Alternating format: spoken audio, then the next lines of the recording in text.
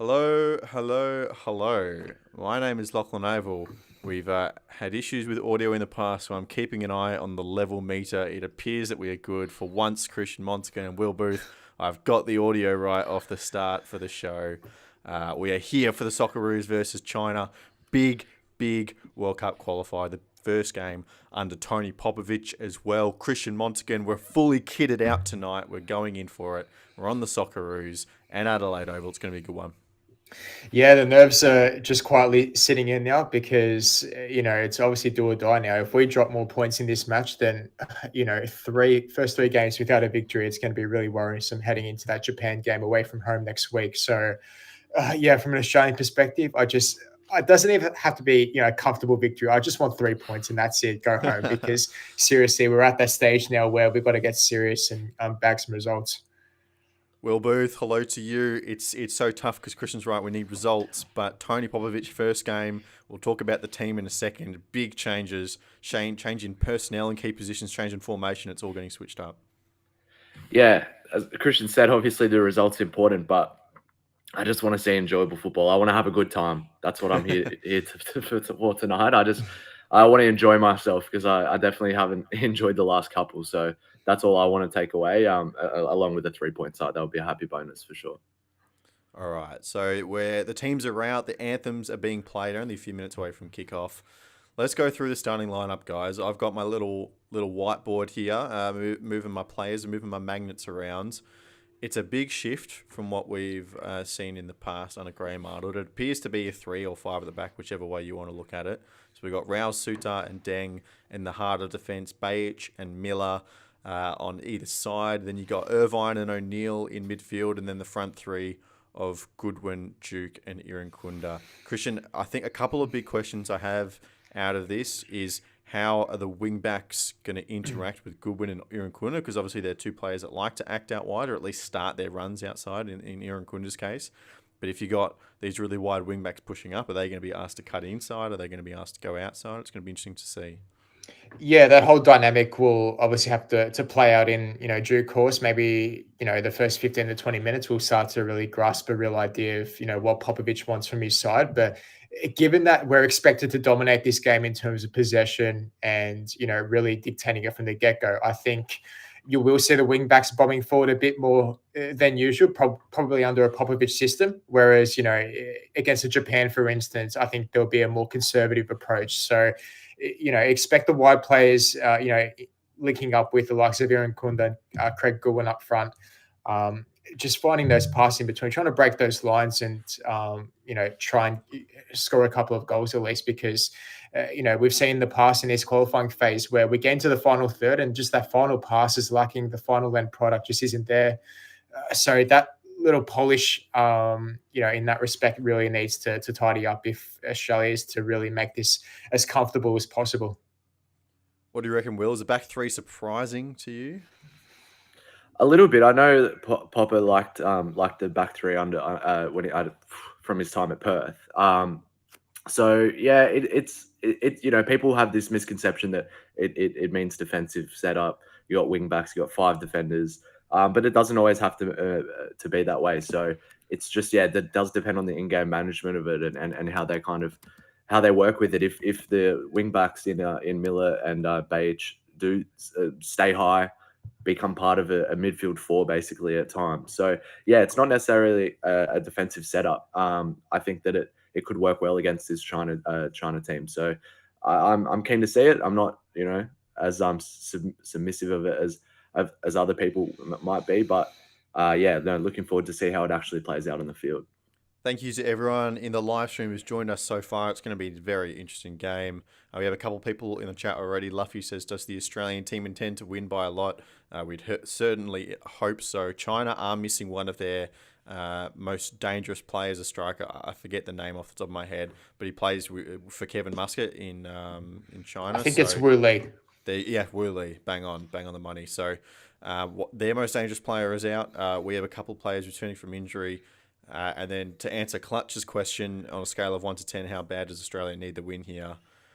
I'll add an asterisk to it, but to get automatic qualification out of this group, it's a 10. I think if we're not getting 3 points out of this China game, I think you're ruling the line through Australia finishing top 2 in this group. It is that significant of a game after the poor start we had last window. And Clutch, I do want to say, I saw your tweet. I know you had a difficult choice to make in terms of which live stream you were tuning into tonight. I'm very glad you've chosen us. We are glad to have you. But no, it's going to be a fascinating game. Hopefully, we can win. We just have to win. It's as simple as that, really. Yeah, it really is as simple as that, because the last thing Popovic wants under his reign to start is, dropping points at home as well. It's not like this is an away from home. It's a tricky, sort of traveling perspective. This is a home game. Haven't played in Adelaide for 7 years. They want to get off the right foot. There's like 4 South Australians in the lineup, or 3. I think there might be 3. 4, Tom as well. 4. Teng as well. Yeah, so it's 4. So yeah, they really want to try and get off to a positive start. Otherwise, if we see a case where it's 0-0 heading into half time, then the nerves really start to kick in, because another 45 minutes to try and find something. The pressure piles on.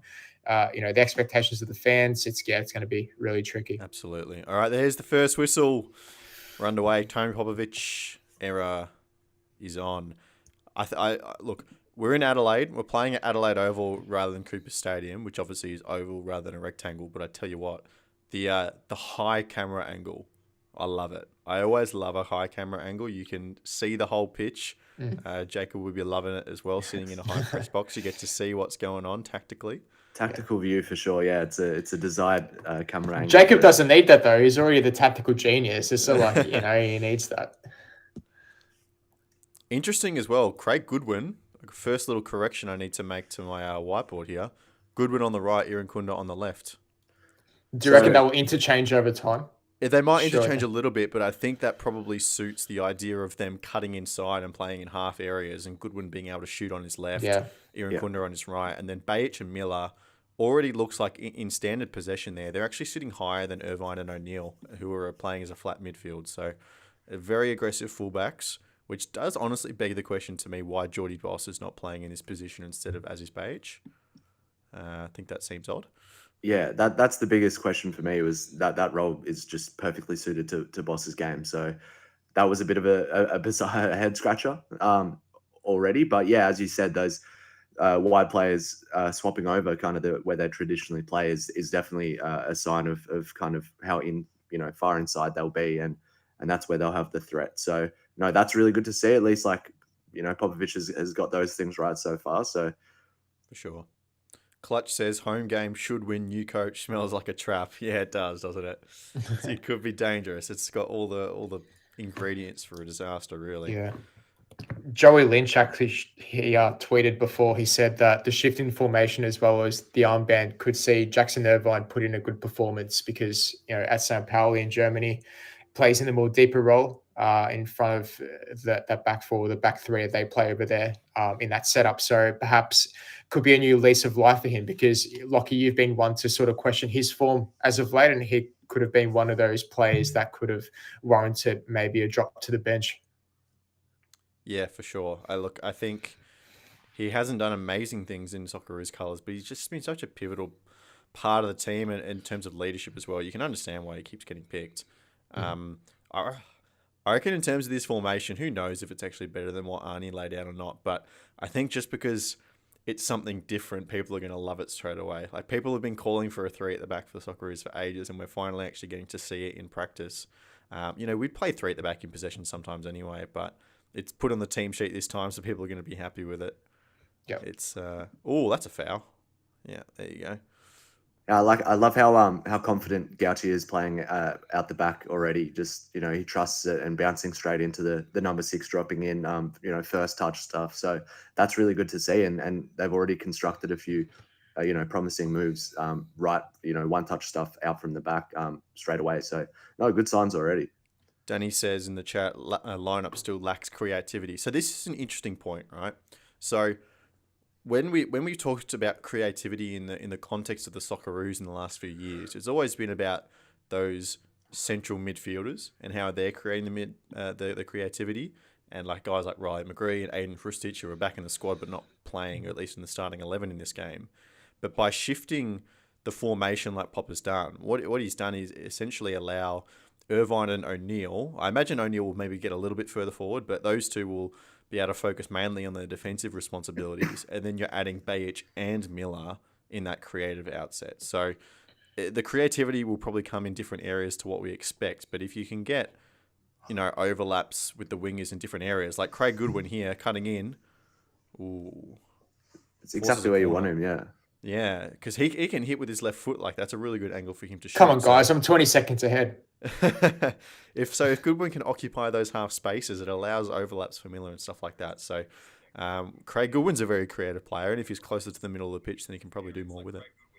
Yeah, the onus is not on the individuals to create if they're creative players. Like the shape will do it for them. The shape will naturally have these little combinations all over the field, and possibly get the best out of the players we have. Okay, a few seconds. Sutar gets a corner with his foot. I'm assuming that sigh was Aidan O'Neill's deflection going over the bar. Oh, was that a handball? No. I don't think so. No. Top of the shoulder. But yeah. Oh, he does stick it out though, to be fair. Starting within 10 already. Yeah, it's good. Danny says Gauci at Villa improved heaps. Emery wants his keeper to play as a sweeper. So here we go. Here's another interesting question, right?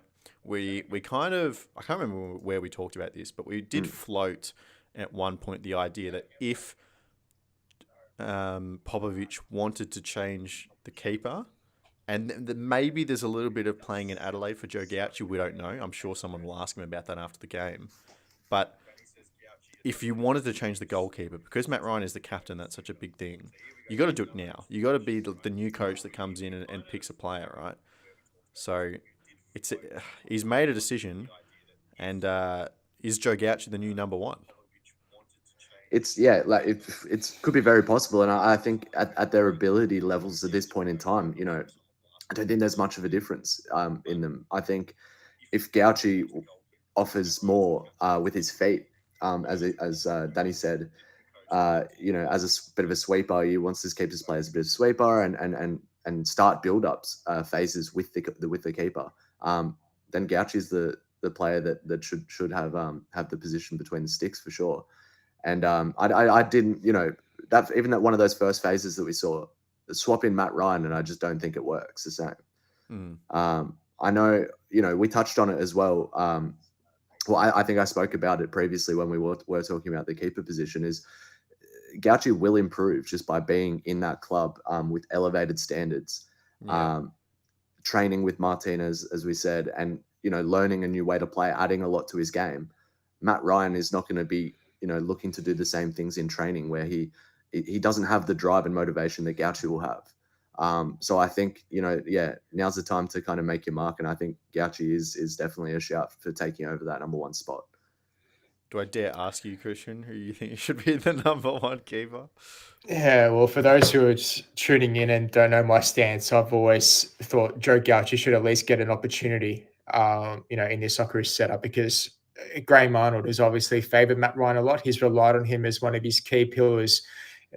Just in general, just his leadership, I think the most important part, I think, because in terms of performances during World Cup qualifying, for example, I mean, Ryan hasn't really had much to do, for the most part, unless we get to, facing a Japan or a Saudi Arabia, and then the World Cup when it rolls around, a few sort of friendlies, mixed in that bunch. So, I mean, you can say it's a tad harsh because Ryan is obviously, he's been the captain of the Socceroos in the past, but you can't really fault Popovic, making that bold move, because a few coaches would, sort of have the courage to do that and drop one of their key players, especially in that back line, just to, I guess, shore it up in that experience.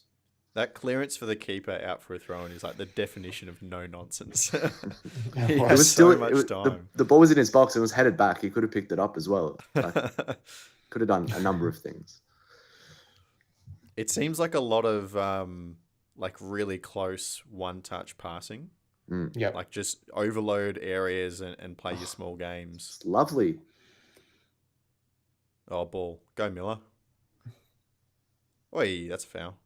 That's really good from Duke, just dropping in there and swinging that ball out. That's exactly what you want to see, and something we haven't really seen in his game all too often. So just a decisive ball like that, it's promising.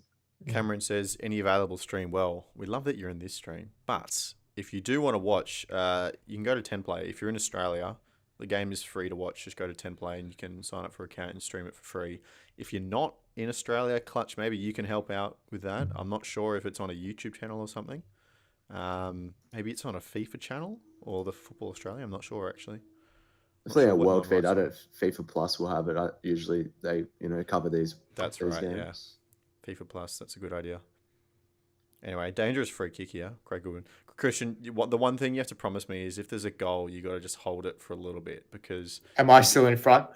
I think you are, because then you got to hold it for the content because we have to replay the highlight. I'm on 9:43. Yeah, so you're about 8 seconds ahead of me. Miller's got blood gushing down his elbow. He's coming off now. Too. Yeah, he's got to go off. Danny says, boys, you know anything about the Aussie at NAC Beretta who made the team of the week this week? Yeah, Max Ballard, former Central Coast Mariner player, pivotal player towards their treble last season. I think he's been in 3 team of the weeks in the Eredivisie, by the way, already. He's definitely doing well. Here goes Goodwin. I think it was second overall in tackles in top 5 European leagues for players under 23. A lot of caveats there, but he's super solid player and glad he's got the platform to kind of prove that in Europe now. He'll be in this team instantly. Before long. 100%. Has so much to his game as well. I'd be very excited to see him come through for sure. Oh, look at the space. Go Goody. China look to be playing very narrow as well. Like, look at that back 4. Yeah, there's just always a switch on. And I'm not sure who played the ball before, but like there was already a really, really good one cutting out a few players. Go on, Aziz. And this is the keeper that Docker got into a scrap with in the Champions League. It is. Oh, here we go. From Shandong, yeah. It is too. China out here. The Shandong keeper. Good defending. Offside anyway. Okay, future man. You got to ease up, eh? Sorry. I'm just getting too ahead of myself. Yeah, a bit of history there.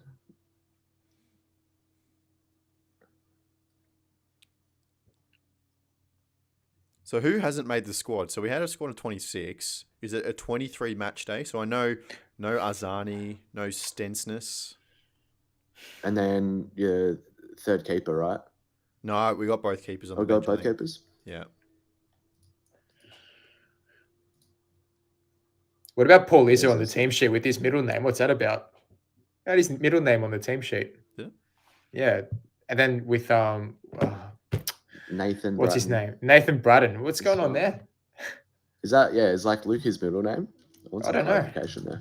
There. Maybe he just goes by Luke. Yeah. Luke. I didn't even notice that. Nathan Braddon on the team sheet. Yeah. Lockie, what are your thoughts on the Alex Robertson situation? I mean, it's odd, isn't it? So he hasn't been selected in the squad for a little while. Popovic then said at the squad announcement press conference that he was ineligible to be selected for this camp. And then I think like a lot of people, eyebrows were raised straight away. The way they do these press conferences is that each journo gets one question and then a follow-up, and that was part of Vince Rugari's follow-up. So he didn't get to then ask another question, and someone else came in with a different question. So no one actually clarified what that meant.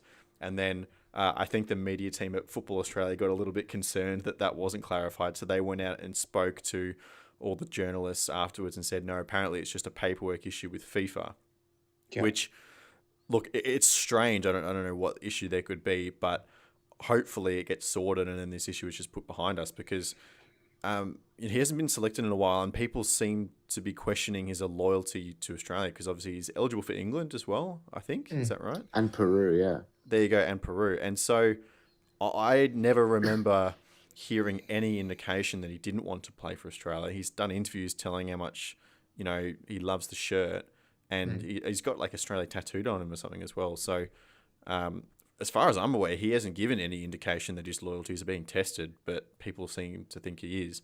Hopefully it is just the paperwork issue and he can come back in because Maybe in this system, it's a little bit more difficult to see where he slots in, but he's a superb player, and he was killing it last year in League One before he got injured, and he's had a good start in the Championship this year as well. So, yeah, hopefully it's just it's pretty weird though, like a paperwork issue. Like It smells a little. Very It's a bit fit. Like I'm not sure. how long does that take? How long does that take to fix up though? Because this isn't the first time, is it, that this has happened from him not being selected? No, Hasn't but this issue- I think every other squad you could give a reasonable explanation in terms of injury or fitness or something like that.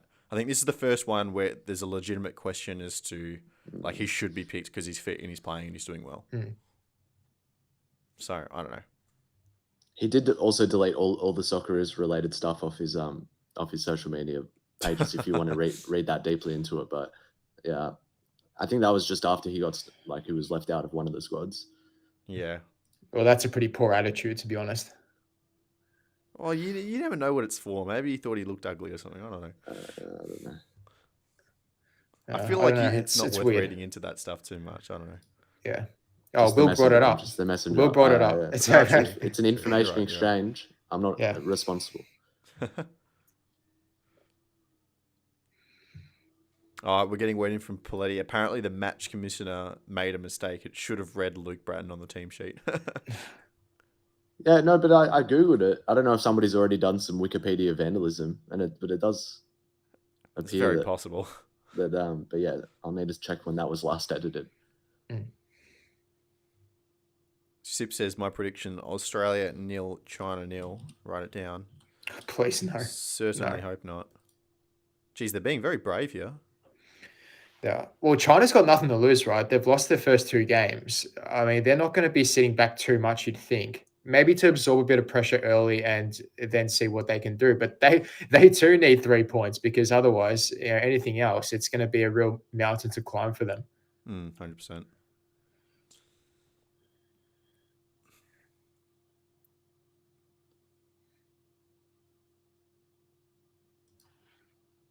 So do you reckon maybe regarding the goalkeeper situation, could it be that he wants to see how they play with this more instruction of like playing out from the back to 3, like a lot more ball at feet for a keeper than we've seen in the past? Like Ryan, you would play it long off goal kicks a lot, right? So he wouldn't really have that opportunity to play out.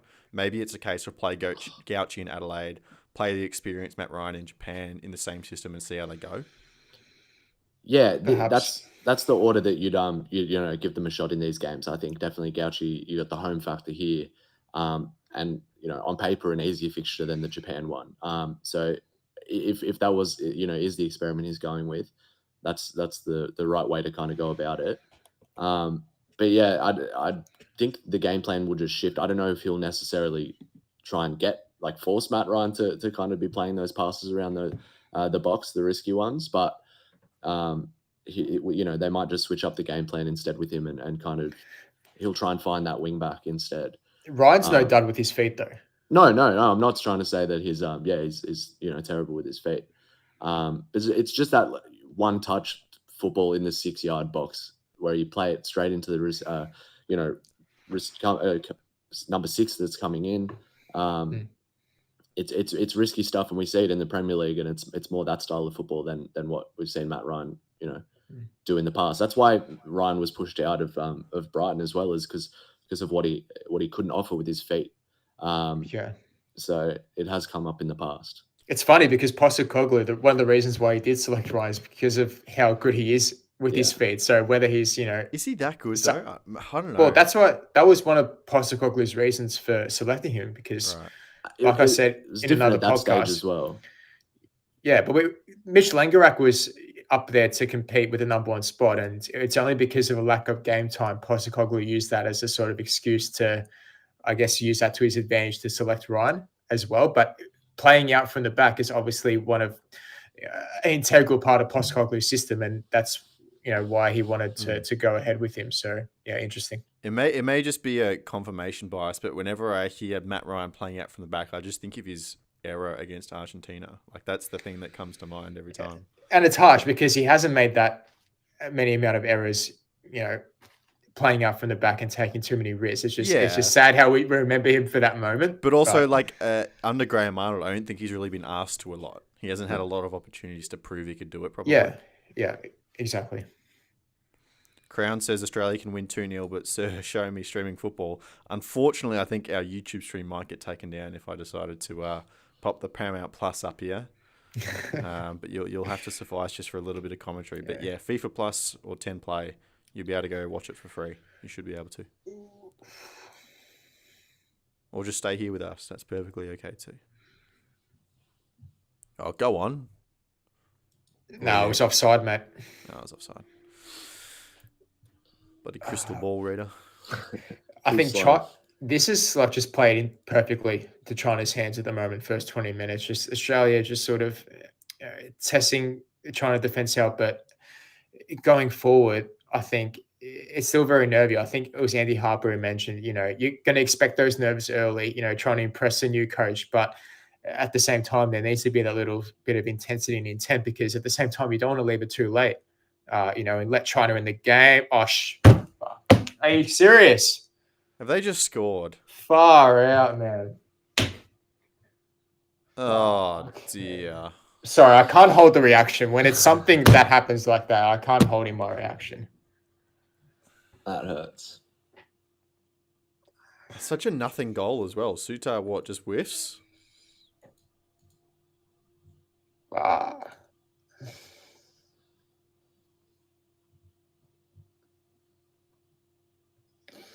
I told you, they were getting more comfortable. So this is a free kick. The goalkeeper just hoofed forward. He's literally split the central defense. He might have been. He's close to offside. That header who eventually won it. Sutar doesn't get it. No, it's not offside. Finish. It's not offside. You don't think? The header comes way before the flick on. No, the first player to head it. The first guy from the free kick is. I have to watch it again. Offside. Looks really. I mean, it's a good finish. Gauchi can't do much about that. It's their first chance. Nah, it's a good finish. Yeah, it's well good. Well, they haven't looked at it, but yeah, like I saw that too. Like it looked really close to. The VAR's cleared it, so I guess it's on. Where's that 0-0 prediction now? Gone out the window. There you go. Good chance to see how Pop reacts to being down. If we learnt anything from his Melbourne victory tenure, I think it's just do the same but better. That'll be the instruction. This is the issue. His in-game management has left a little bit to be desired, and it has, yeah. It'll just be a straight swap in personnel. That's all we see. So, Luffy says, "What a shame, this Australian team." Dear Lord. Well, I think there's an alternate universe where we're really calling for Graham Arnold's head right now, but he did the I don't even know what to say, the merciful thing and let it go himself. The noble thing. It's and again, look at that. Oh my god, the terrible. Oh, just giving the ball away. Yeah, it's just a lack of concentration. Just the simple things, man.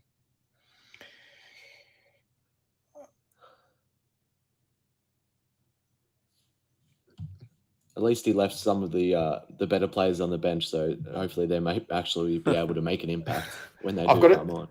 I've got to stop jumping ahead so I don't ruin it for you guys, but at the same time, I just can't keep the frustration in. I can't. Don't worry about ruining it for us. I just want some good highlight clips where we all react at the same time. That's all I want. Aaron says it's okay. We have Luke Bratton and Mitch Duke, the saviours.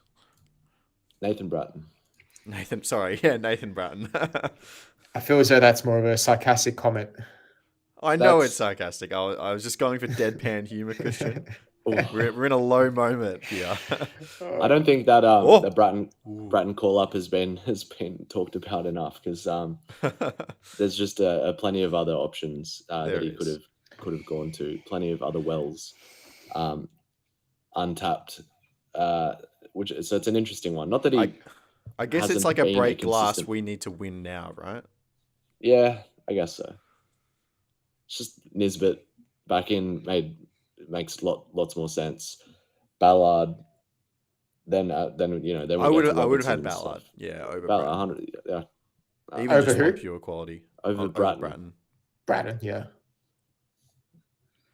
Cameron says have to blame the FA for hiring Popovic. I don't think you can blame FA at this point. That's early. It's so early, and also you have to look at the other options available. We all said we wanted Kevin Muscat, but that was never going to happen. He was comfortable in China and doing well.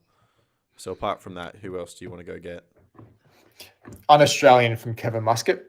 Sorry to say. We need you, Kev, honestly.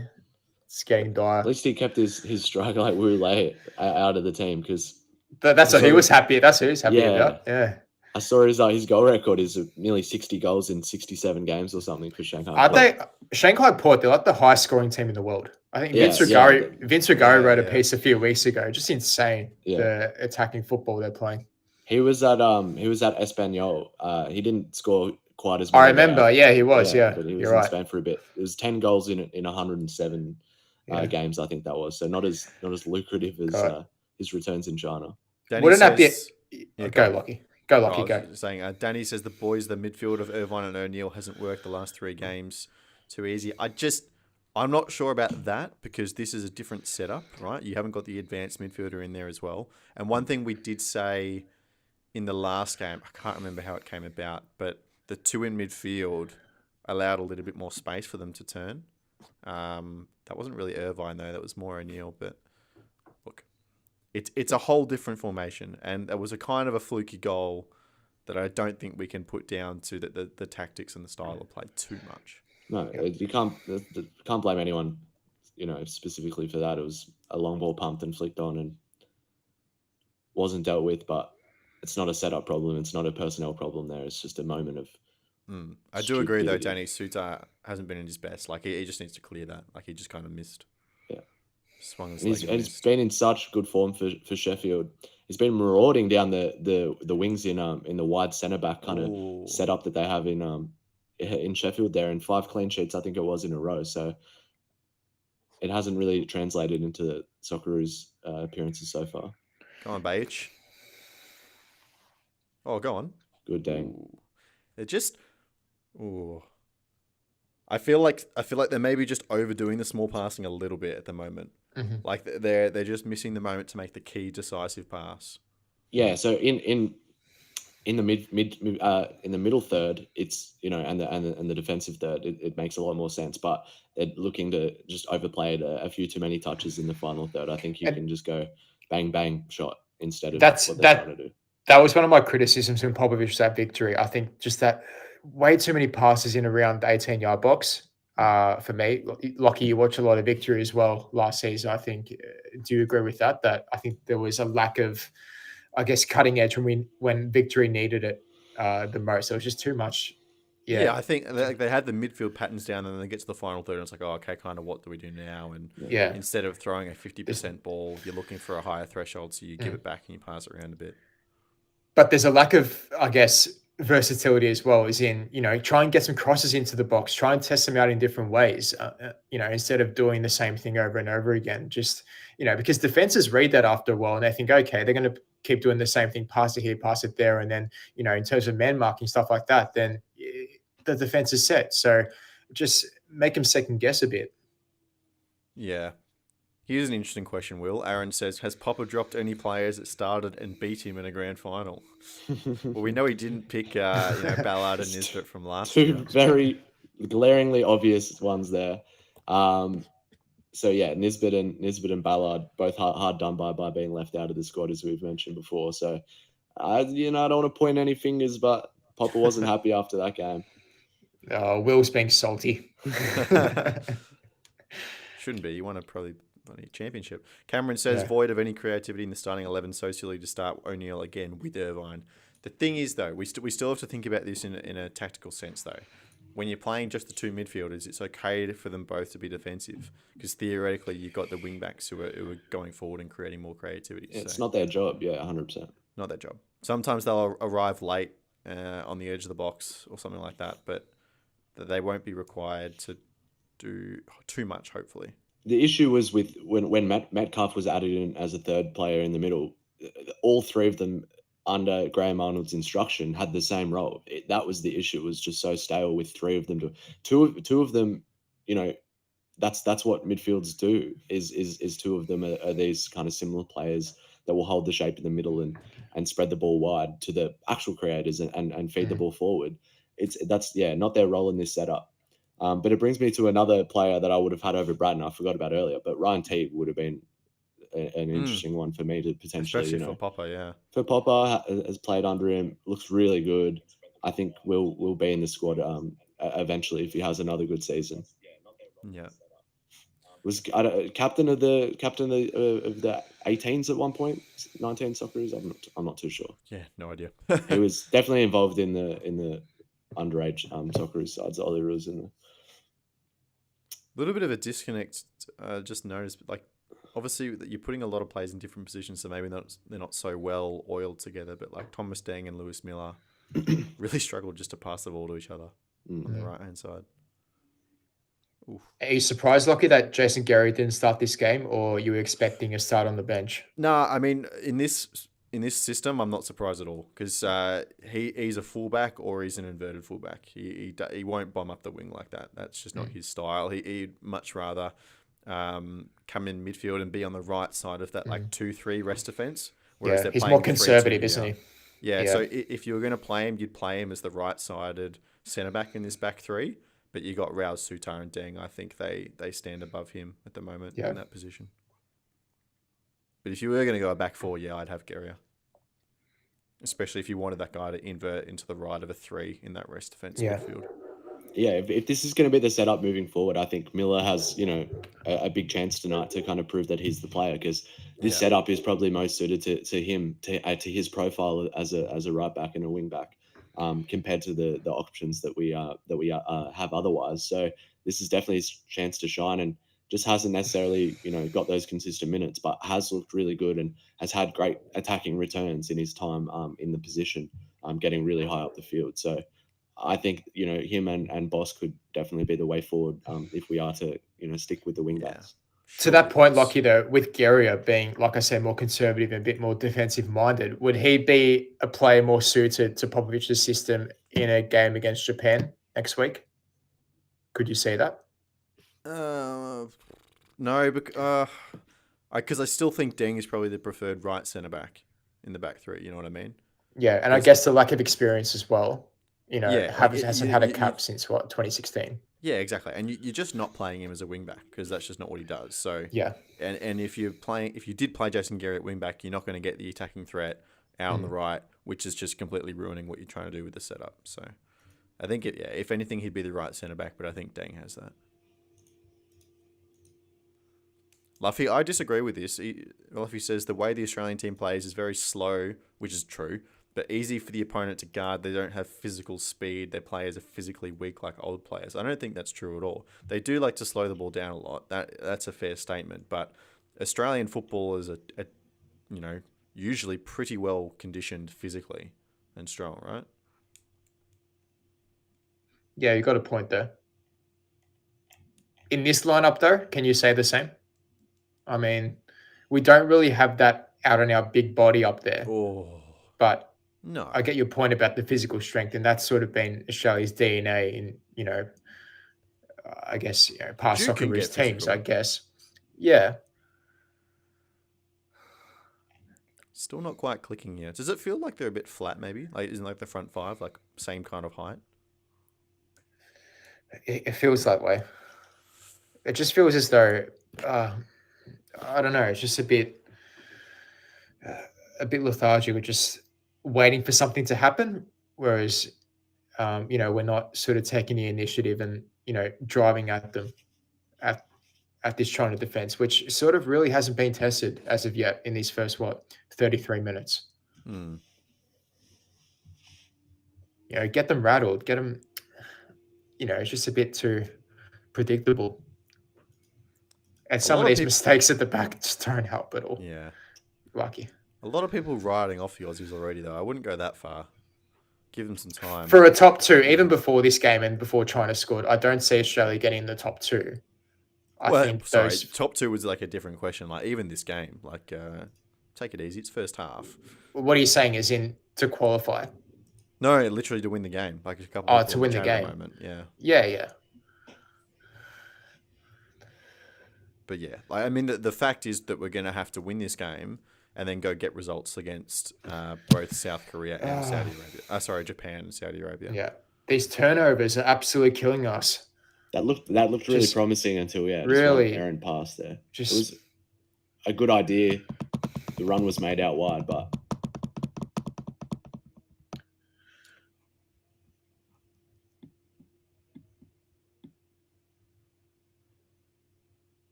Simon Hill just said, does Popovic turn to a Hrustic or a McGree in the second half if things stay the same? Who do you take? Who do you put in though? it's not. It's hard to won't find that fix balance, anything. isn't it? The You don't positions reckon? where those guys work the best is Goodwin and is replacing Goodwin and Irankunda. Like they're not. Yep. It's which you need to keep them on the field for as long as possible, really, because both of those guys can create magic from nothing. So Because I don't know. the way these guys are playing, they're not playing as wingers anymore. They're literally playing as like inside forwards. Yeah. That act in those kind of half spaces, and sometimes they're sitting on the shoulder, sometimes coming a bit deeper in that half space. So you're right. If like one of the wing backs then cuts inside, they can drift out and burn someone with pace. But Riley McGree can definitely do that as well. Maybe not as much Aiden Hrustic. So it'll be, I agree. It'll be one of those two players, if anything. And then you wanted to line up Irvine or O'Neill as a replacement. Sure, that's obviously a lot more attacking, a lot more creative. But you're taking away the defensive stability. That's a yellow card. Yeah. At least. I want to see a replay.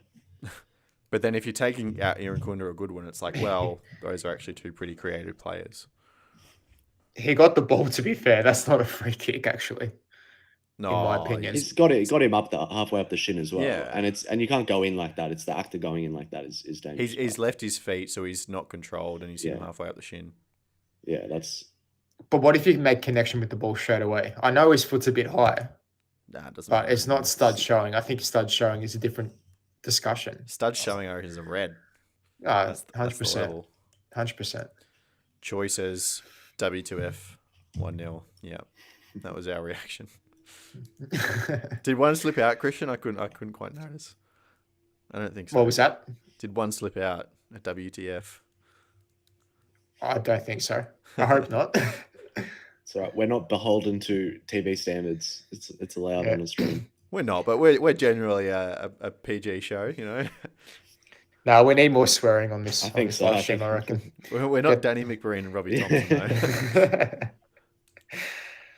though. Every once in a while, I see like a comment under their show, like, "Guys, I used to love your show, but just the swearing, it's too much." It's like they don't care. The whole branding. Yeah.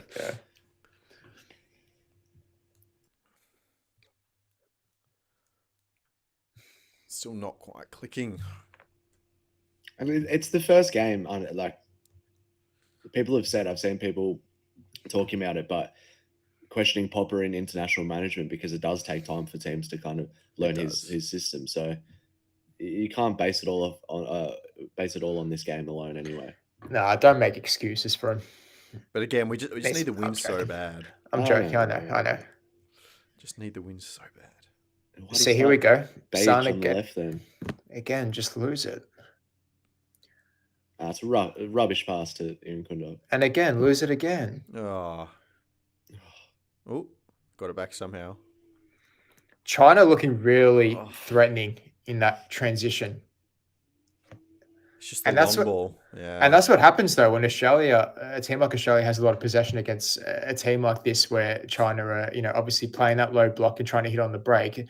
It catches the defense out, doesn't it? Because it does, yeah. You don't have that time to react. You're not sort of in that defensive mode for, consistently throughout this first half. So that's where you can easily get caught out. In a couple of instances, China have been a tad unlucky not to make it, even worse. We've got Endon in the chat. Indonesian supporting Australian. We do appreciate that. Maybe you feel sorry for us after knocking us off. Well, not really, but you know what I mean.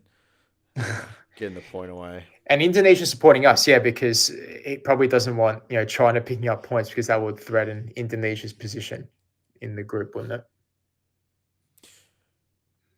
it?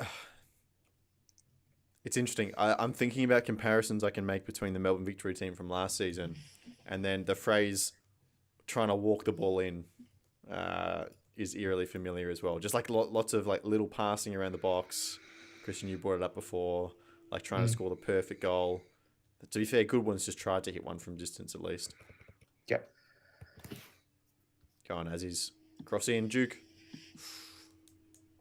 Nah.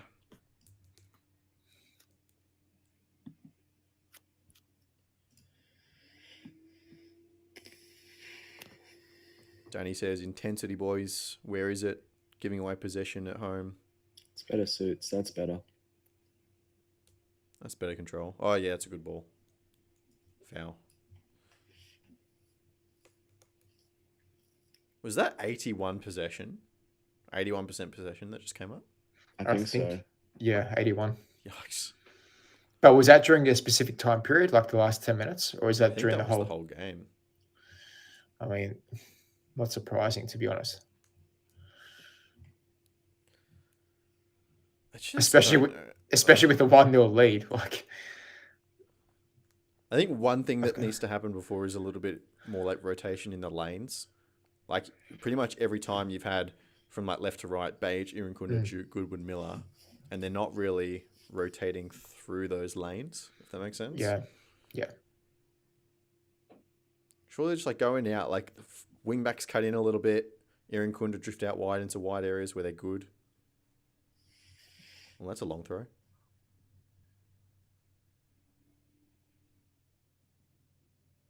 Oh, long ball again over the top. I don't love it when we have Suter chasing back. He's not the quickest.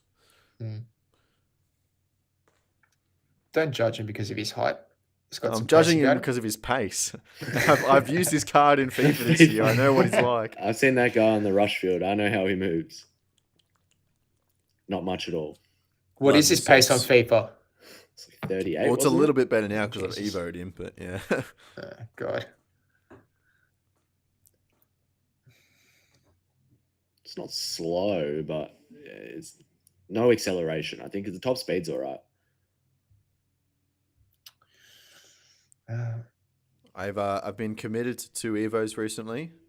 Ecstatic that Massimo Luonga and Jason Guerrier have gotten back in the Socceroos camp, so I thought I'm going to evo these guys up, going to build them. Then Mass gets injured and we move to a back 3 where Jason Guerrier isn't relevant. You've cursed them. Maybe, yeah. God, I hope they get to see that. They're the 3 Aussie evos I've got so far. I messaged Jacob before and I said, do Rumble Australia proud. Obviously, he's there covering the game. And I'm like, ask Popovic a cutthroat question. And he's like, he's got to give me a reason to. And if the scores stay the same, might be seeing a feisty question coming from Jacob. But again, you can't ruin all our FA relationships. Just but again, you can't blame Popper. Like, nah. One game, Will mentioned it before. You've got to give him time to, instill his ideas across, because if you're going to judge him after 1 or 2 games, then what's the point, really? Obviously we're expecting 3 points in this match. That was the expectation. Even with a new coach coming in, and you get a bounce anyway whenever a new coach comes in, and that should be the expectation. But at the same time, you've got to be realistic, and Popovic wants to make his own changes. It's not, exactly the same style and setup as Arnold. And you're not going to get time on the training pitch like you do at club level to, work with your players day in, day out. So, Jeez, that was poor. Yeah, terrible. I'm already seeing a bit of conversation on Twitter. Apparently, the active supports are being shut down, being told to sit down in their seats or get out. Who's this? Active support of who? Australia at the game. Oh, why? So, I don't know. Just security telling them to sit down. Can't stand up and cheer. That's what happens when it's at an oval and their security aren't used to having football games and an actual atmosphere. Not helpful. Vince Rigari tweeted, this is about the 10th minute mark. Bright start, I reckon. They look decent. Goal will come. Yeah, for China. I reckon a goal will come. We're going to score. Yeah, I still have faith. But can we score 2 though? A draw's not good enough. Created enough. Have we though? Clear-cut chances? No, not clear-cut chances. Up until the final ball, we've been all right, like fine. Yeah, but we've also played like 500 final ball minus. But that's been exactly. That's been a narrative. You can do that all you want, but if you're not going to be lethal and find that cutting edge, then pack it up. Maybe this is Popper's tactic. He wanted to go into halftime down, unleash a spray after these first 45 minutes, and then you need to go down to come up, something like that. This lineup just popped up again from the Socceroos, and one comment was like, "I thought we sacked Arnold." But it's a back three. I know. It's a back three.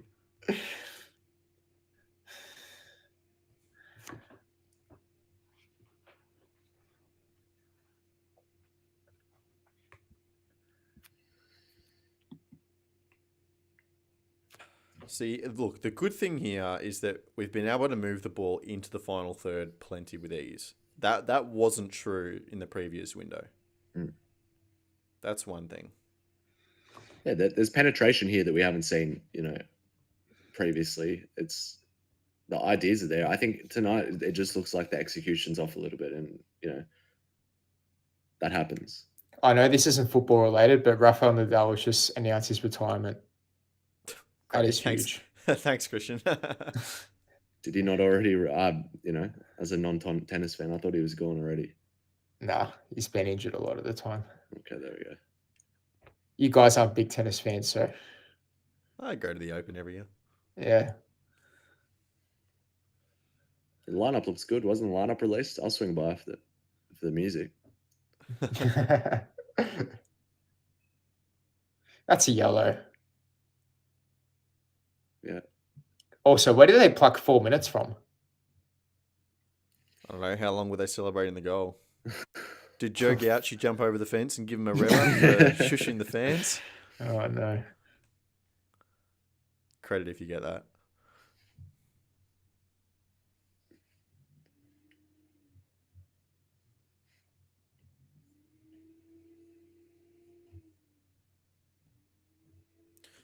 What do you reckon Popper's thinking right now? Getting which expletives he's going to use ready for the spray. It's going to be a big one already. This tweet from George Clark. Good news that FIFA have just announced the next World Cup will be decided on the number of passes back to your centre half and not goals.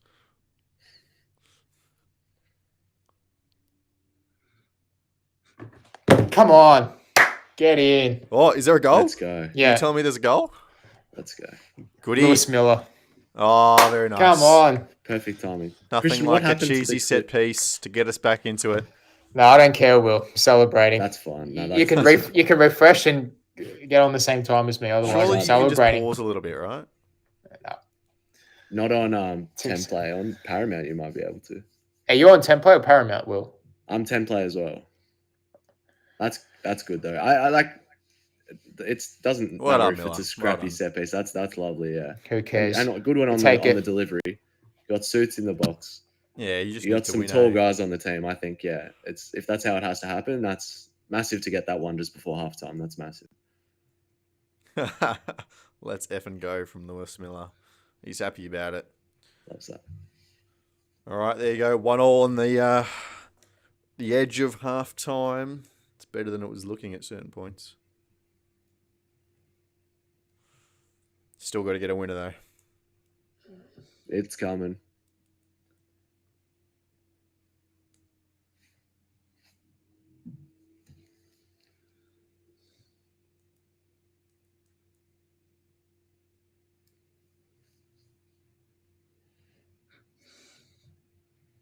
Ooh, VR Popper checking talking the to goal. Riley McGree.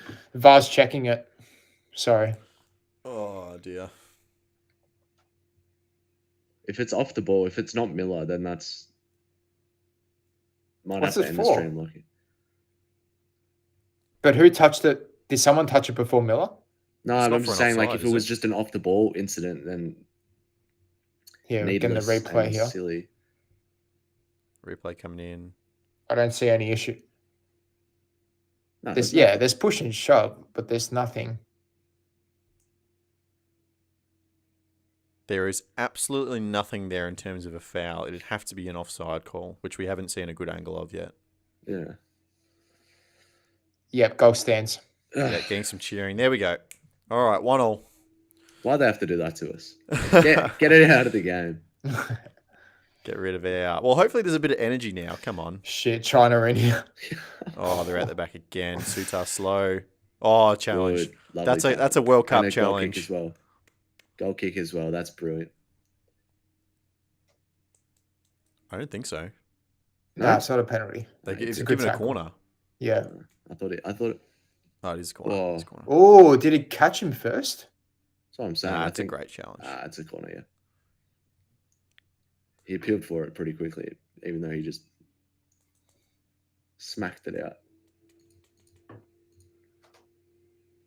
Come on, Suits. Big clearance here. Finish off the half. The unfortunate thing now is we just got a little bit of momentum and energy, and now we have to go to half time. Mm.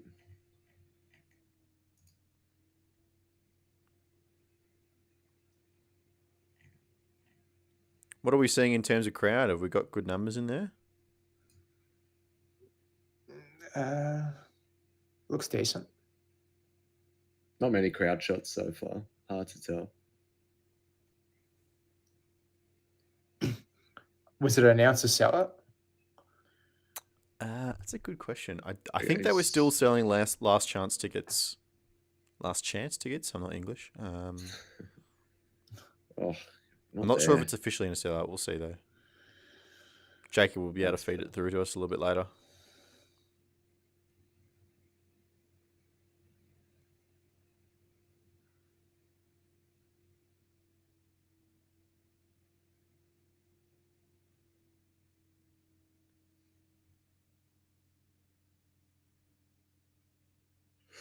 Oh, dangerous long throw there.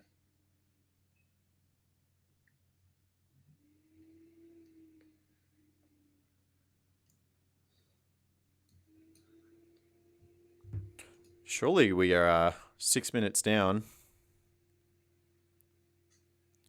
Blow the whistle, ref. No, they're still allowed to take the corner. Can't extend it half Two for a minutes corner. past. Lewis Miller didn't run away for that long.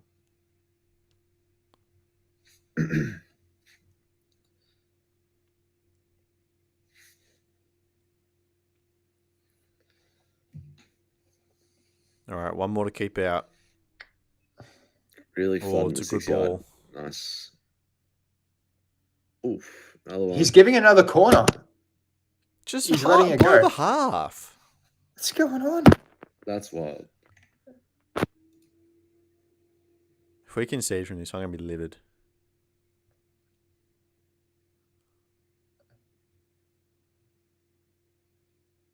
Surely the last event of the half.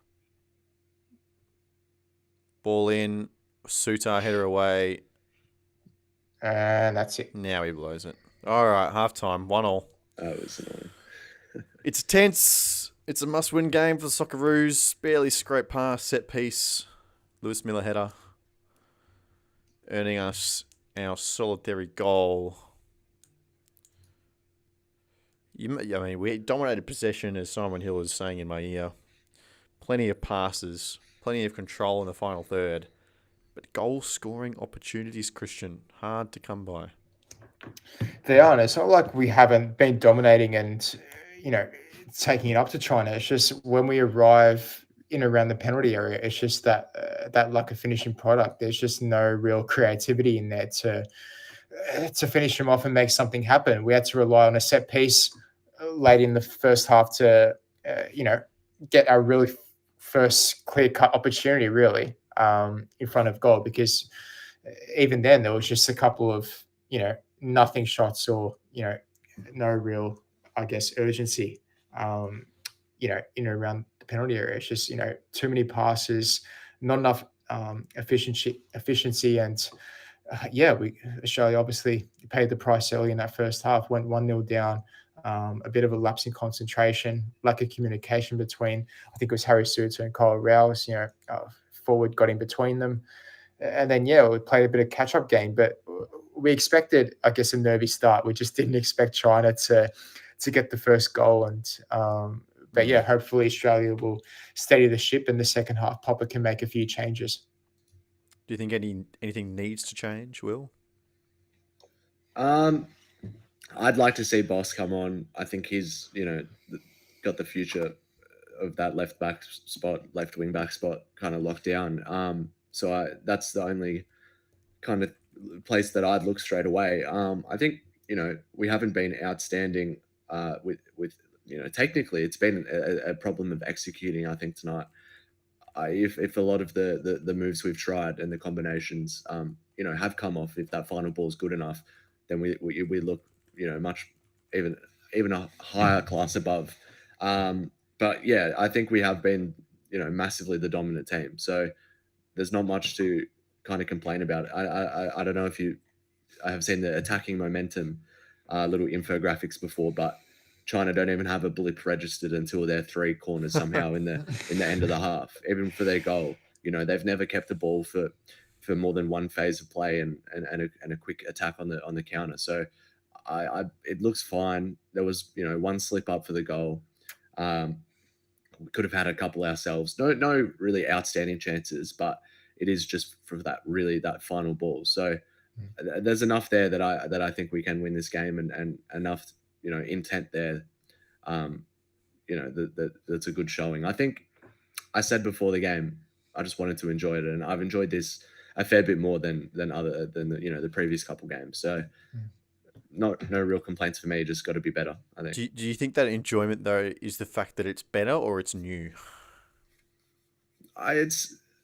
It needed a refresh. It just needed to be new. Anything. I think if he set up the same way that Greymon did in the same kind of similar fashion, then I'd be complaining about it. So I am excited because it is a 3-4-3 or whatever it is, and it is something new for the eyes. But I don't know. It's promising. I think it's more of an interesting tactical idea than we've seen Greymon try and put out, and it's a way to break down teams that may be a bit stubborn, and that's where we've struggled in the past. It's tough this game because China are defending with a 5 as well, and their midfield block is so close to their defensive line that there's not much space to exploit between the lines, like where Goodwin and Irankunda are supposed to be doing a lot of their work. So it looks clunky when they get the ball. It's in a narrow corridor. That's why a few touches have been kind of errant there. So against other teams, this would work. Irankunda and Goodwin have more space. I do like this setup a bit more, and it's flexible. Like you change a bit of personnel around, and then you can get a completely different thing out of it, even if it's the same shape itself. So, no, I think it's a good look so far, and it's not just because it's new, but it is something at least somewhat more exciting than previously under Arnie. Do we just need Nesta sitting a little bit deeper and then just taking rockets from range then? If there's not the space to get into the between the lines, then surely it's sorry guys. I'll be back in 5 minutes. Sure, mate. I'll rejoin you. That's probably the biggest issue so far, is that you're not really getting the best out of Goodwin and Irankunda in these roles. Like so far, I think they can have games where they'll excel there, but it's like when we've seen Irankunda be deployed up top before in games that just didn't suit him. I think he does so much damage from a wide area, and being just that solo relief option out wide to really go one-on-one at his marker. He can not go one-on-one against anybody, when he's playing in the middle of the field like this, running at a back 5. There's 2 or 3 defenders, around him at all points. So definitely not getting the best out of him. He's still very capable and probably still is our best player in this role that Popper wants him in. So it's not like, you've got other options necessarily to gamble with, but I don't know. I don't see it changing much. We've seen under Popper Ball that, he sticks to his guns in the way that, he initially sets up in games.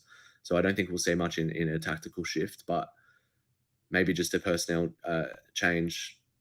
See some other guys in there, as we said earlier. Hrustic and McGree could comfortably play in those roles, and I think this game might suit them a little bit better as well. Something like that to kind of freshen it up would be the play. Sam says half of the defense has nothing to do. May as well mark the 9. Doesn't make sense to me to play the back 5 as flat as it was for the first 20 minutes. Yeah, was it that flat? I mean, obviously in possession it wasn't flat. But maybe out of possession it was a little bit. Yeah, okay. And maybe, they're kind of playing like a 4-5-1 kind of thing, right? So do you need... Maybe you push your wing backs up a little bit higher. Maybe they kind of go into those wide players. I don't know. I feel, but like we've barely had any time out of possession. So I feel like that's kind of hard to assess. It's hard. We haven't seen much at all to judge yet. But like when we're getting in possession, as it went on, the wing backs went forward. Yeah, no, when we were in possession, the wing backs were going forward straight away. Even like after the first 2 minutes, we made an observation that like they were getting higher than where Irvine and O'Neill were sitting at the base of midfield. So you got your 3-2 rest defense is kind of how we built up as well. And then you got your 5 bombing forward. But I just think all those front 5 players, the wing backs, the inside forwards with Goodwin and Irakunda, and then Duke, they're all kind of sitting in their own lanes. And their height might be going up and down a little bit, but you're rarely getting players moving laterally across the face, which I think is part of the issue. Like we talk about lack of creativity, but you got to be able to make these runs to find the space for the creative person to actually give you the ball. And I do think players like Irakunda and Goodwin, if we can get them on the ball in those half spaces like it's been happening, they have the ability to play that ball. But there's not enough movement going on in the front third of the pitch to open up passing lanes and open up opportunities for them to actually deliver a good ball to a overlapping wingback or Mitch Duke, just kind of rolling off the shoulder. Yeah, it's the third man runs that haven't been made enough. We've got smart movement for that first ball, as you said. Just get it around the corner to Irakunda or Goodwin. We've managed to do that, but then it's Duke's still just in the middle of the field. Maybe the wing backs eventually going to bomb forward, but it needs to be a more even central third man run where you've got multiple passes that are telegraphed to kind of work out instead of just like one ball. Okay, now what do we do? There we go. Next ball. What do we do now? That's where it's kind of looked short as well. Just a few more longer passing combinations that will unlock a defense. And that's stuff that gets worked on as Popper has more time with the team. I think a lot of the players even only came in like a couple of days ago. The guys in Europe, played over the weekend, and it's 24 hours of travel. So he really hasn't had. He's probably had a handful of sessions. Obviously, he knows the Victory boys and the guys that are knocking around the A-League, but not that much time. So these combinations are the things that will be improved on. But what we have seen is the intent and a little bit more of the aggression and wanting to be on the front foot. That's what he's instilled in them so far, and that's that looks to be upper level already. Yeah, I wonder how much of that is just due to the fact that they're trying to prove themselves to a new coach, though. Like, I feel like that always happens to some extent whenever a new gaffer comes in because you want to prove your worth. Yeah, new manager bounce, but that's the side effect of it. It's still, we still a good thing. Yeah, for sure. Yeah. Sam says lack of speed, lack of movement, lots of loose touches. Lack of speed, I'll give you a 50-50 on because I think like when you're playing against a team like China that sits so deep, how do you exploit the speed you have? I think that's difficult. Lack of movement, absolutely. Lots of loose touches, absolutely. They're obviously trying to overload and get numerical advantages in certain areas of the field and then play the triangles around 2 defenders and lots of short passing. And then we get to the back 4 and then we can't sit someone in behind the line and play a triangle there. So how do we beat that last line? And I think that's where we usually struggle. You've got to get rotations and runs coming in. It's really tricky. Yeah. So who we got to come on? Yeah, Hrustic, McGree. I would love to see Geordie Boss come in.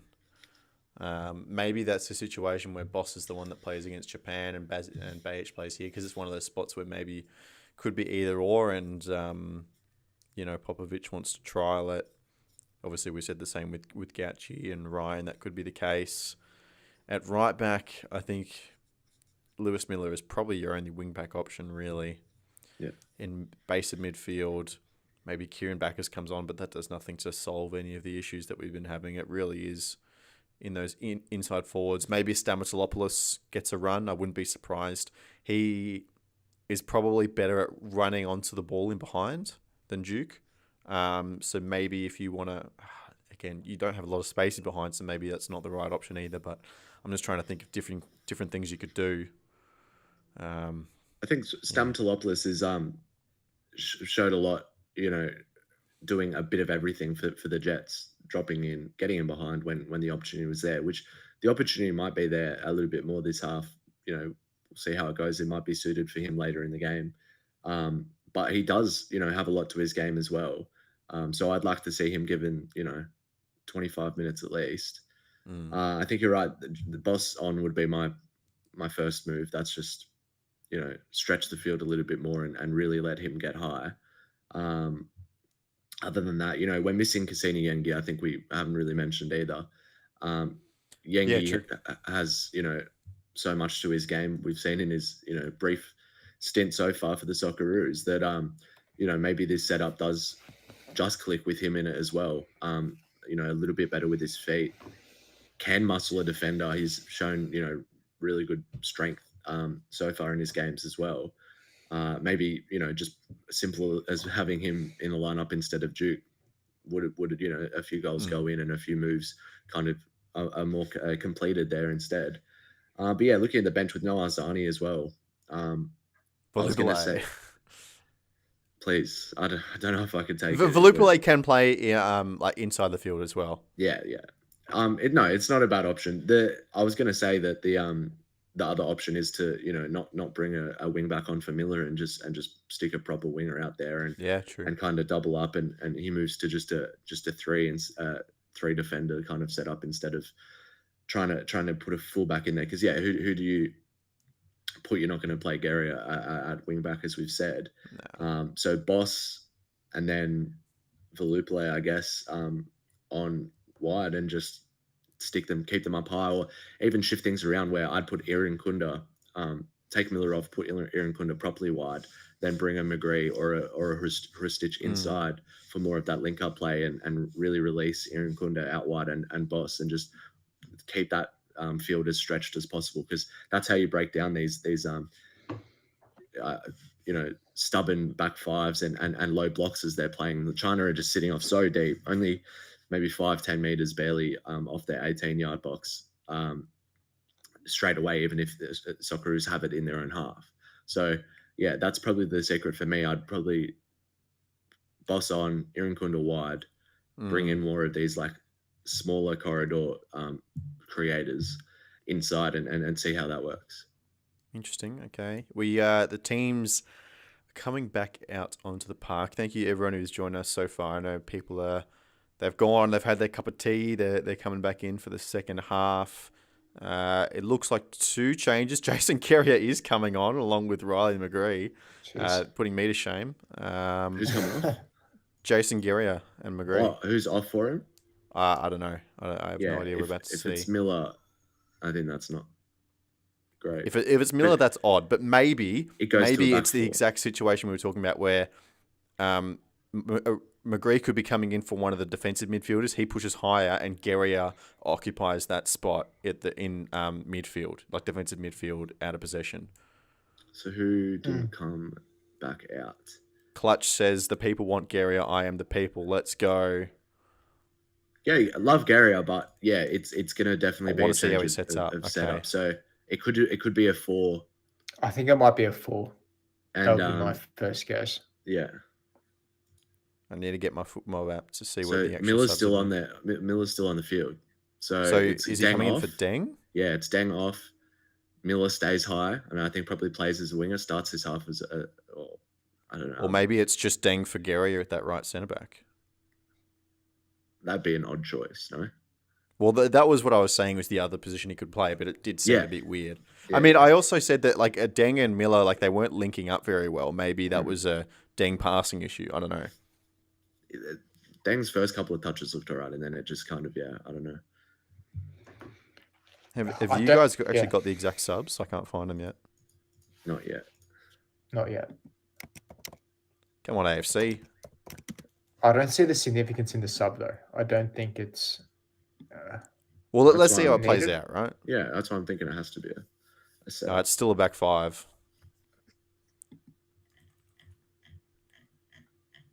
And O'Neill and Irvine are still there. Gary's Aaron Kunda? Gary's just.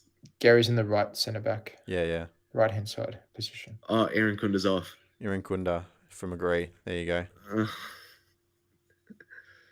He didn't have a great half, but you can shuffle things around a bit more. It was probably the role, right? And as we said with Tony Popovic, he very rarely shifts up his formations and his style, right? So if you're going personnel, straight swaps, it makes sense. Yeah. I And of like course my playing better. Yeah, I'm sure you do. And of course, we should celebrate though. Jason Gary, our first Socceroos cap in 8 years, makes it number 2 in his career. So I'm sure this has been a crazy week and a half, 2 weeks for him. I'm happy for him for sure. That's deserved. 3 weeks ago, Graham Arnold's at the helm. Haven't played in 8 years. Probably not a chance to anytime soon. Oh, Arnie's gone. Oh, Papa's him. I know him. He likes me. And then you get your call up, and all of a sudden you're playing for the Socceroos again. Yeah. It's just uninspiring, I think, for me. I don't want to be negative too early, but We'll say, oh, there you go. He's just beating the player. Oh, good on him. Lucky trying to get his hopes up. I'm more trying Will to be positive. That's all I really want right now. Just give him a chance. I like that Popper. What are you trying to say here? He looked flat, but I was relieved to see him go hard, put his body on the line at the end regarding Nestry. That's probably a fair assessment.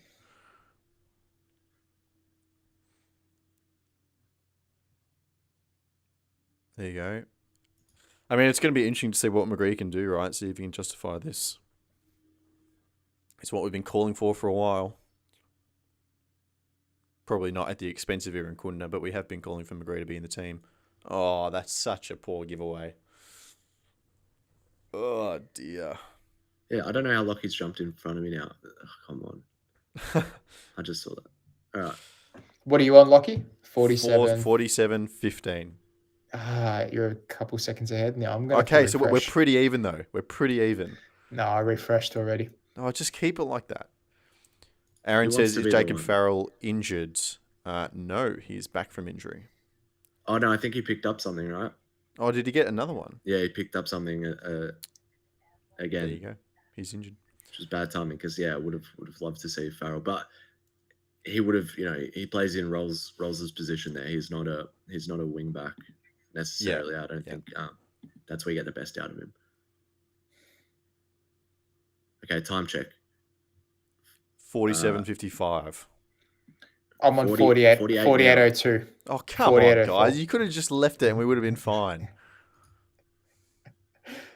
I'm only just ahead of you, Lockie. I think we're back to how we were first half. I'm sorry, but how is that a free kick to the goalkeeper? Yeah, I hate it when those are given. Well, what's the attacker done to nobody's done to foul? Done nothing wrong. What are we at now?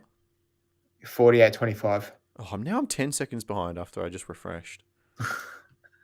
Come across the template. Oh, no, you can't. Yeah, No, I It's can't. all right. According to Will's pessimism, Australia won't score another goal, so it doesn't matter. Not if It won't Irvine make keeps much just difference. passing it to the advertising All right, hoardings I on the am side of the field. 38 now. 45. 45. No, we're good. Couple seconds fine. each. I'll just react to all the goals 7 seconds Yeah, later. Christian, you just have to zip your lips for 2 seconds, 3 seconds, and we'll be good. Or 7 seconds. No, what you can and do, we'll be all right. here's your deal, Christian. I don't know about you, Will, but I've got the game on my main screen and then the cameras on the side screen. So I'm only really seeing you guys if I look over. So Christian, you can do as much like fist pumping as you want. You just got to be quiet for like 5 seconds after a goal.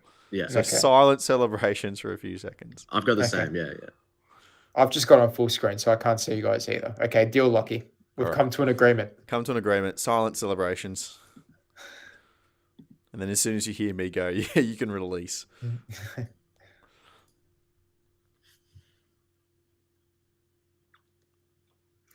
Aaron Hedges asked, is Jacob Farrell injured? Yeah, I think we got that, didn't we? You got that? Yeah. Maybe when I was away. I think he. No, I think we said here. it like 2 minutes ago. I think you were here, mate. Did you? Yeah, he played his one game and then was injured. This is how focused I am on the game. Clutch said Christian needing to be ahead in streams is like a free space in bingo. Very good. That's very good. Oh, so true. I'd love a round ball bingo card. That'd That's That something would worth be exploring. amazing. Yeah. Clutch, you have any other ideas for round ball bingo? I'd be interested to hear. This could be something in the works. This could be good. I just want to see you, Clutch, reacting to our podcast episodes with your bingo sheet. That's what I want to see. Oh, geez. Oof.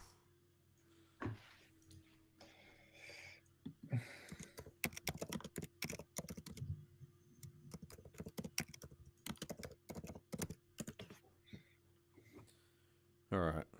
40 minutes to go. Still need a goal.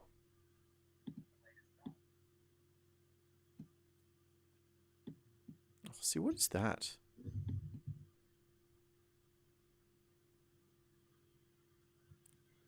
Paletti, bingo, that's my favourite game. I just can't remember what you yell at when you win. How about join the Riverside call? Wasn't that the plan? Second half, Paletti? I'm not sure. Oh, yeah, you literally just joined. What the hell? I don't know if you're still watching the stream. I literally just made a joke about you saying you were going to join the stream. Clutch says round ball bingo does have a nice ring to it. It absolutely does.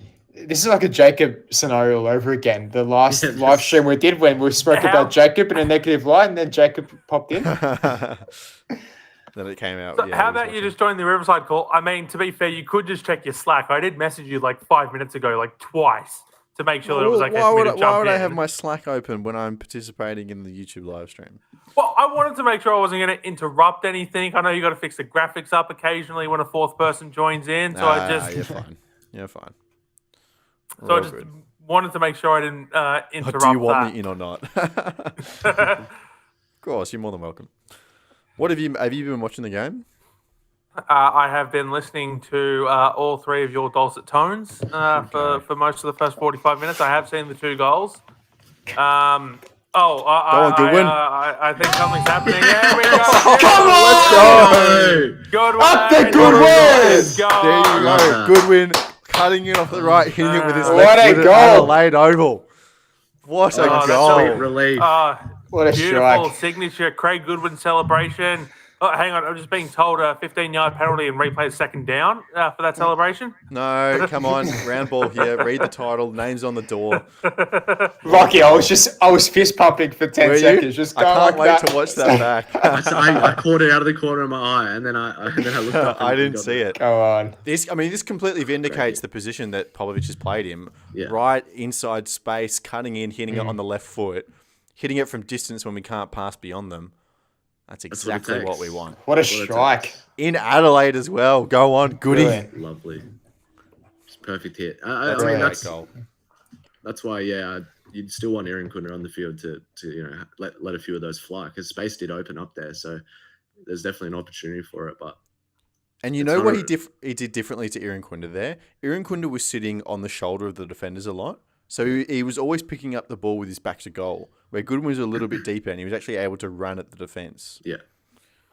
Let's go. Oh, that's awful. Come on. In the lead now. Park the bus, Popper. Well, we Please know that's no. one thing he can do well.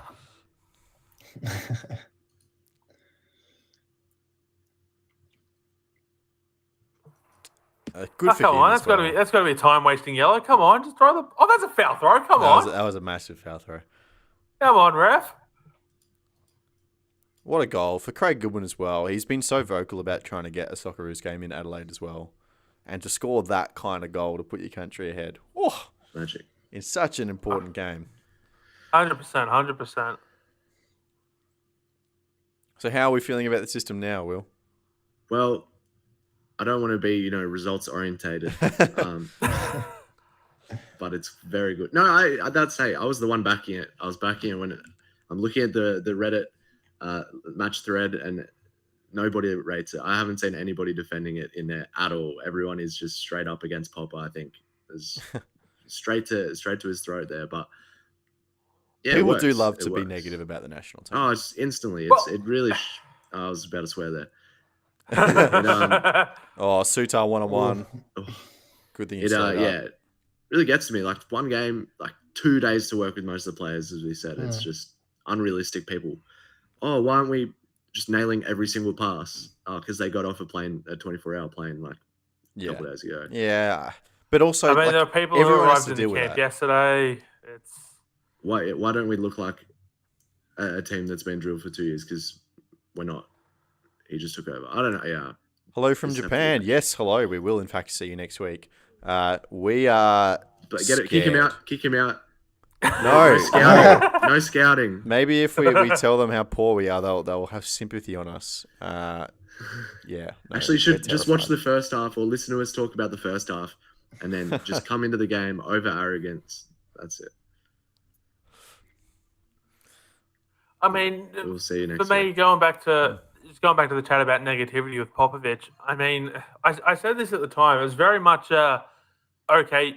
Everyone was calling for Graham Arnold to leave, and then he left. And it's almost like just sticking a new coat of paint on the job, because you've got a coach who plays very similarly to what Arnie did, very defensive-minded, try to hit on the counter. And that's sort of what this has been from what I've seen so far. It's been very defensive-minded, controlled possession, that stereotypical U-shaped possession that Australia likes to enjoy. Pass, don't lose the ball, hit on the counter when you lose it. Give it wide. Oh. And whatnot. So I think, it's very much one of those, stick a new coat of paint on it, but it's basically the same thing. And I think I also said this when we did our podcast was, the idea of the new manager bounce. And, I mean, it seems like it is so far as Alex Kidd decides to start doing keepy uppies again. That was so funny. Sorry, I can hear Paletti's echo so much. They're still talking. I can't hear Paletti's echo. I'm fine. I can't. Do you have the stream playing? I turned the stream off, didn't I? Or Does Christian have the stream playing? It was me. Apologies. Continue on. This is like the podcast a few weeks ago. It was you, Lockie, and I trying to record everything, and there was this massive echo. We couldn't work out where it was. And then straight after the record, Lockie's like, it was Christian. I still don't understand that to this day. How was that my fault? But anyway. Well, it was your audio track that was bouncing up and down. But how do you not detect that during the podcast, though? I don't know. I'm lost as well. But it's been fine since, so we're fine. Yeah. I mean, until today when you had the wrong mic input plugged in. Garrier! Oh! I do want to congratulate you. Beautiful silent celebrations. That was well done. You'll have a chance to look back on it after the game and appreciate the manic celebration. Oh, so close from Gary. Oh my! It was so hard to contain myself, though. I just wanted to absolutely scream my lungs out, but I couldn't. My brain, the China's number 9 almost headed it into his own net, and then was able to pull out at just the last second. That's I'll tell you what. I thought for sure that was going to make contact. So is this it now? Are we betting Japan? No. Are we on? Gosh, no way. But the Socceroos play better against better teams, right? That's the stigma. Yeah. Is Yengi back? No. So no, we're not going to win that. I don't think. You're really high on Yengi, aren't you? Duke knows the Japanese opposition though. He'll play against a fair few of them. Yeah. That's why I was thinking Stammer could start tonight, because Duke would be the obvious choice in Japan. If we're going down the line of this experimental kind of route. I mean, I guess as long as you can get a point, it doesn't matter how you get a point. As long as you get a point, I think you'd say 4 points from 6 in this window is incredibly successful for the Socceroos, right? I wouldn't say incredibly successful. 6 points out of 6 would be incredibly Well, 6 points out of 6, I feel, would be, Dreamland. monstrously successful. Not to make it seem a little bit better, but like that would be well beyond expectations, right? It's with the wording. What's the scale here? what are we doing?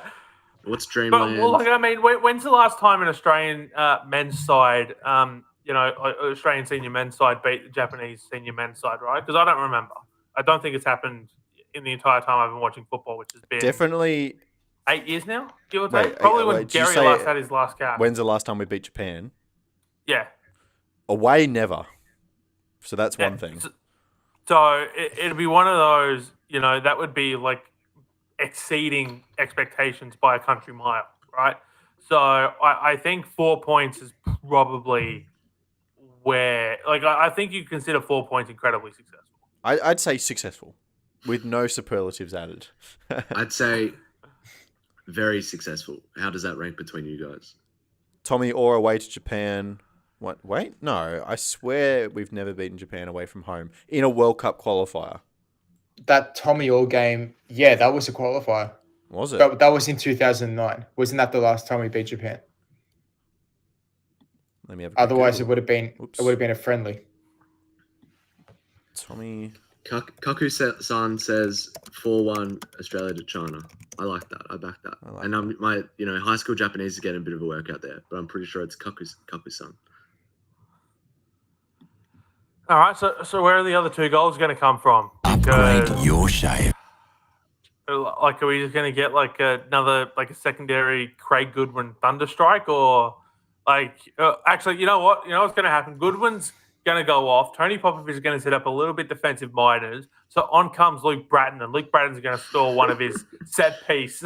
He scored one recently. Thunderstrikes. He scored one not too long ago, right? He only has one every 3 years in him. Oh, go on. Yeah, Tommy Orr's goal was that equalizer away from home, Beige. 2013. Was it an equalizer? Yeah, Big remember that swing, goal no he scored ding from Beige. near the corner flag? Oh, yeah, I'm just watching insane it goal. back now. Yeah. Oh, wait, no, that was to go 1-0 up. Did they end up winning that game? No, it was 1-1. Right, okay. We drew. Sam, did you stop watching after the 82nd minute or something?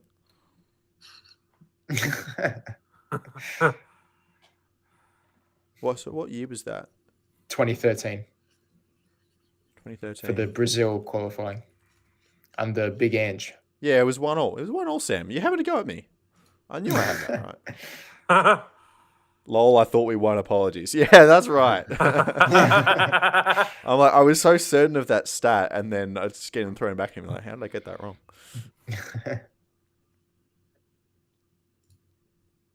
Never fear though. We're right most of the time on the Roundball Australia show, Roundball Australia podcast. Jacob checking in. Get back to work, Jacob. Come on, you're on the job, mate. Good to see the viewer numbers. Hey, we had a whole bunch in the first half as well. Oh, that Yeah, we were ticking over 100 for a while. Yeah, 100. that stadium Wi-Fi must be getting one hell of a workout if it's able to support a YouTube stream. But Jacob, they understandably left after the first half performance as well. So, Paletti, it looks like Danny's got some good photos. I've just seen one she's put up on her story. Good, let's have a look, shall we? Good goal of. Hold on, I'll see if I can get it here. Good. Let's have a look. Good shot of the Lewis Miller celebration.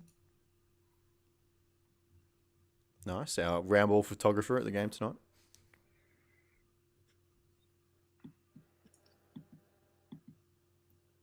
okay, where's Boss starting to become, Let's go through it first. not so much of a joke? Oh, that is a beautiful photo from Danny. Absolutely love that. Surely, I really hope she was in the corner with Goodwin for his one of these ones, because that's the feature image for the match report done. Oh, 100% it would be. If not, hopefully one will come through from Socceroos themselves in their media brief that will have that image.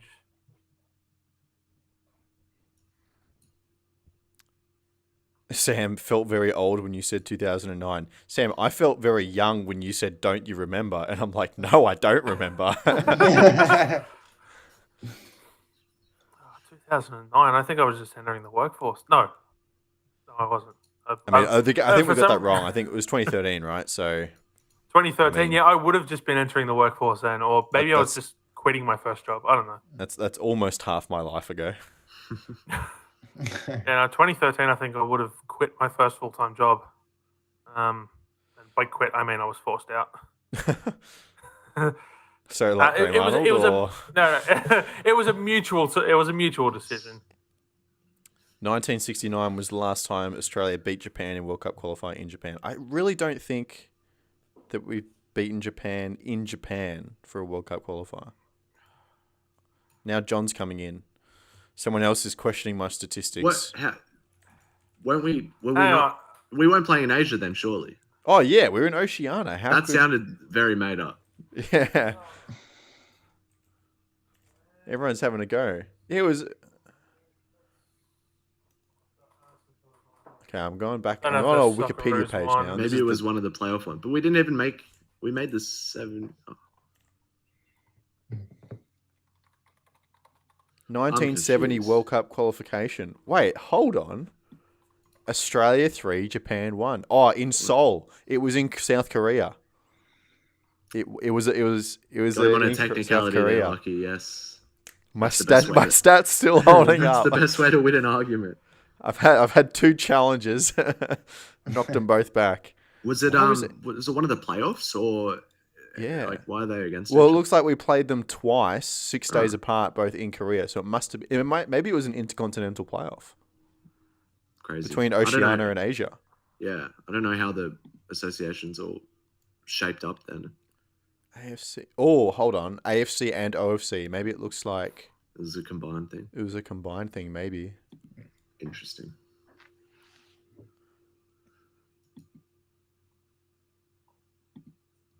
Israel, New Zealand. Yeah. and So Russia. the last time Australia beat Japan was 2-1 in 2009 in Australia during 2010 World Cup qualification. And then I was there. before that, and before, okay, so Australia have beaten Japan away from home before 1969, but that was at the 2006 World Cup. Yeah. That was a 3-1. Not in Japan. My statistic is no, in Japan. It is, but I added the clarification in away from home. Although Australia was the designated home team that day, so Luckily, Wow, we we didn't use drew- talking take that point. what you will. We drew 2 games in a row to Rhodesia in that qualification. Yikes. I think that's Zimbabwe. Anyway, there is a game of football happening. Mm. I feel like I haven't watched it for the last 10 minutes, but there you go.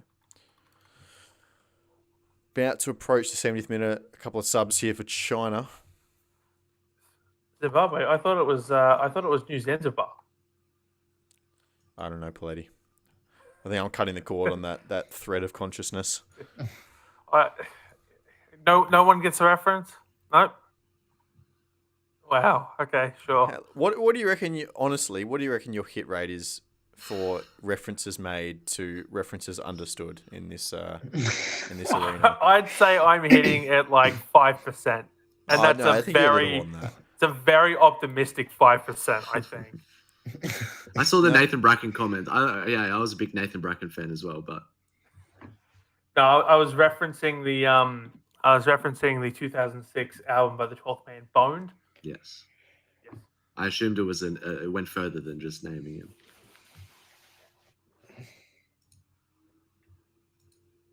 If anyone got that the New Zanzibar reference in the comments, please let us know. I'd like to know if the viewing audience enjoys my humor a little bit more than these 3 individuals do. The viewer count just dropped by like 40. Paletti, what are Did you doing? Here's an idea for you. Could Craig Goodwin play as a wingback? Yeah, but I Well, would he's done it call it a before. wing back then.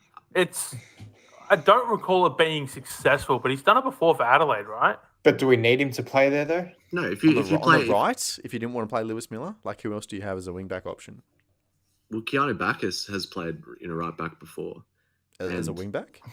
No, but he would play narrower, and maybe it would work with Aaron Kunde on the right then, who could keep a bit of width. And Maybe. you push somebody higher up, tuck Keanu in, and invert on the ball. I don't know. I said it at halftime, but if you want Goodwin in, just make it just an out and out like 3-4-3. Mhm. Don't worry about it being wing backs. Have the two number 8s. Stay put and have wingers that sit, a bit in front of them and Oh, well done. Go Miller. McGree looks very good, by the way. ignore tracking back. Just control the game by keeping possession and using the rotations out wide to kind of just nullify the threats. You remember how we conceded the goal, right? I mean, that was kind of like don't track Wasn't a back, wing try keep possession. Yeah, off a set piece with the Mitchell Duke shot on target. That's crazy. Yeah, like it's a set play, and I just caught them off guard a bit. I don't think that was, I reckon it's time for Stammer. I think so. Does Nishan Velupillai get a cap in the last 20 minutes here? I wonder. If he comes Depends on if- full boss does, I'm quitting the stream. If we score a third, then maybe. If the result wrapped up. But otherwise, no.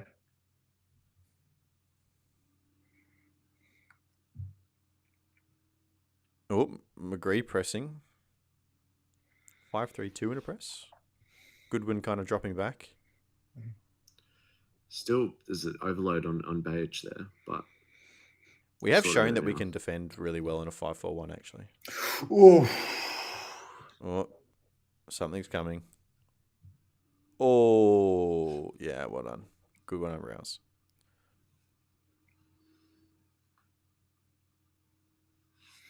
Are China going to score an equaliser here? Why would you say It that? feels like I it. really hope not, Christian. It bloody feels like it. Well, they're registering some blips on the attacking momentum graph. Oh, they got now. some, they got some momentum now. They got a little bit on there. Holy moly. You said our viewer count dropped down by 40. I think it literally just jumped up by 40 right now. Yeah, there we go.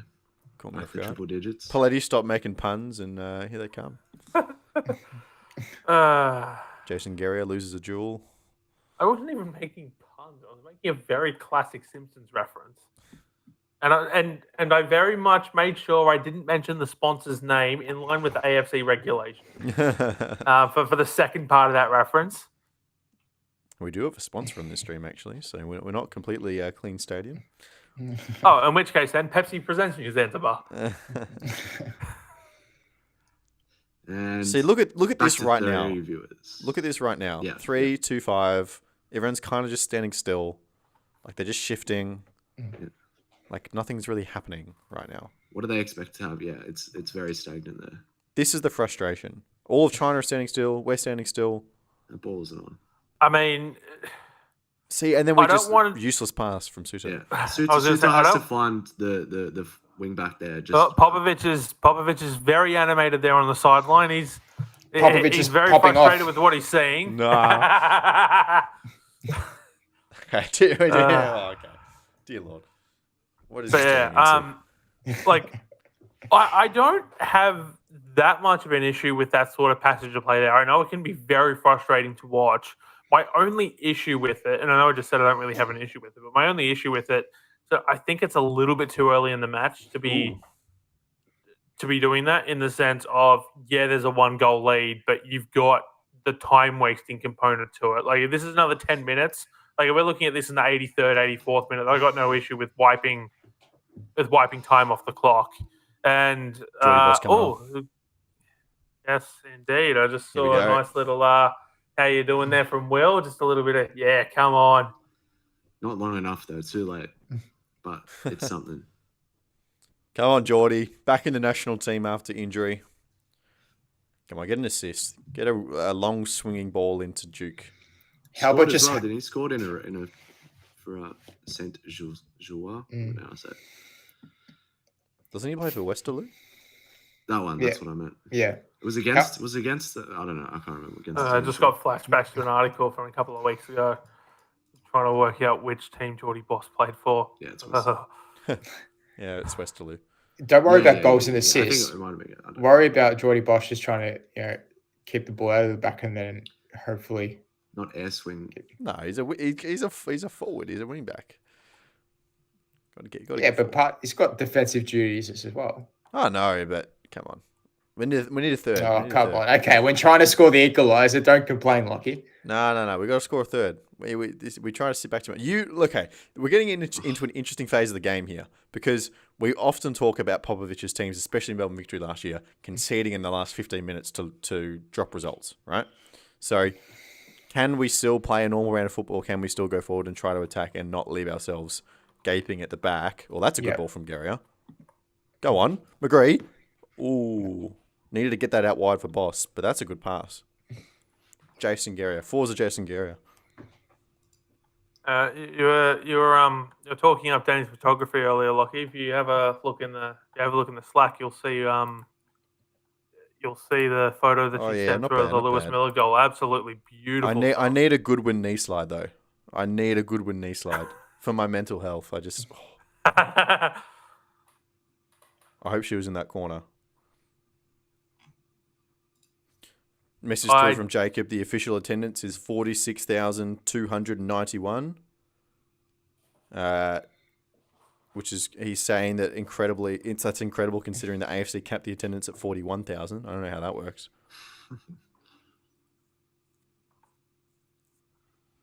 Good response, though, from Adelaide. Justifies the game being moved from Coopers as well. Well, not moved, but, played here instead of Coopers.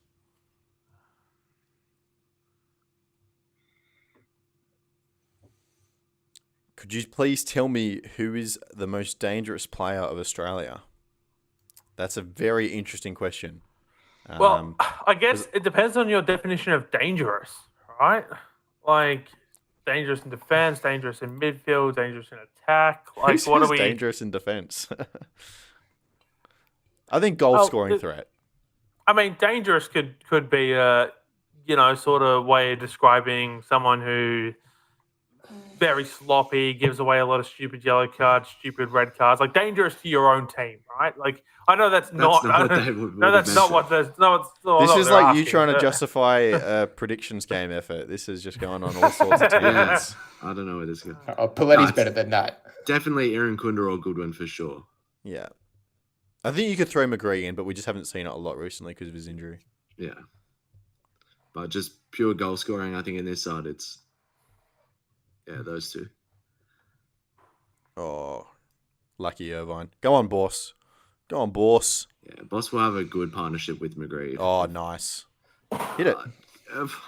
Oh, what a nice little pass there. It's just a shame it didn't go to a yellow jersey. Irvine not clinical. He's not decisive enough in the forward third. It's just like oh, he played further forward earlier in his career for Hull and it's a bad free. Albion as well. But he's definitely lost a lot of his creativity, as we said, our favorite buzzword. He's just attacking edge. He doesn't have it anymore. But he was, not a bad player further up the field for it's a while ago now, but when he's first. Just the problem is that you watch him at club level and he literally, it's creative. He drives that St. Pauli midfield. There's a reason he's the captain, but yet he gets into a Socceroos jersey and it's like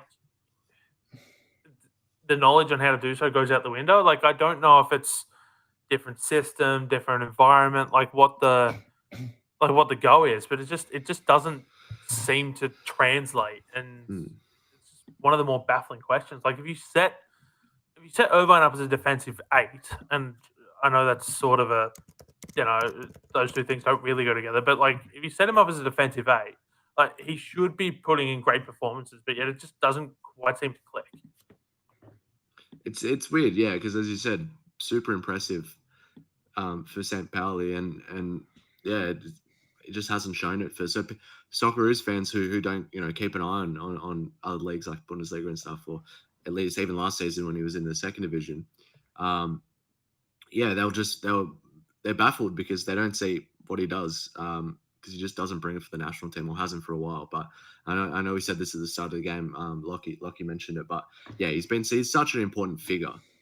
Regardless of what he does on the field, I think he's an awesome role model. Stepped up to captain. When Matt Ryan was gone for a bit, and during other games, stands for what he believes. Like very outspoken and just a great person to have in the game, but needs to bring a Sam, you're right. He did top score at the Asian Cup, but he's just that wasn't the plan. He wasn't supposed to score those goals. That was right time, right place. Like he really shouldn't have been the one that was scoring those goals. He just happened to be there. Yeah. He'd scored a few for St. Pauli. I know he was getting far post. Yeah. Oh, I told you to Duke. Oh, Duke's got a serious injury, it looks like. Shoulder. he Oh, looks yeah, sore. he's gone straight down onto that. That's... Is Oh. it just a head onto the collarbone or how he landed? Oh, it's his hybrid extended his shoulder. That's an AC joint. If I've ever seen one. Okay, I Physio didn't know Will. you were. I didn't know you were a doctor. I'm a goalkeeper and I've done it a couple times. Oh, yeah. Okay, Vince It's Rigari. just the hyperextension. No, I've landed exactly like that, and it could. Yeah, it's not a fun injury there, but it's not a. That pass, Gouchy. It's not a massively long term. Oh, he's if it is. Oh, that's lucky. Yeah. Oh, Lucky, gets lucky, bailed out lucky. there. Would Matt Ryan make that pass? I don't know. Stop it. I'll tell you what. I've just seen the photo that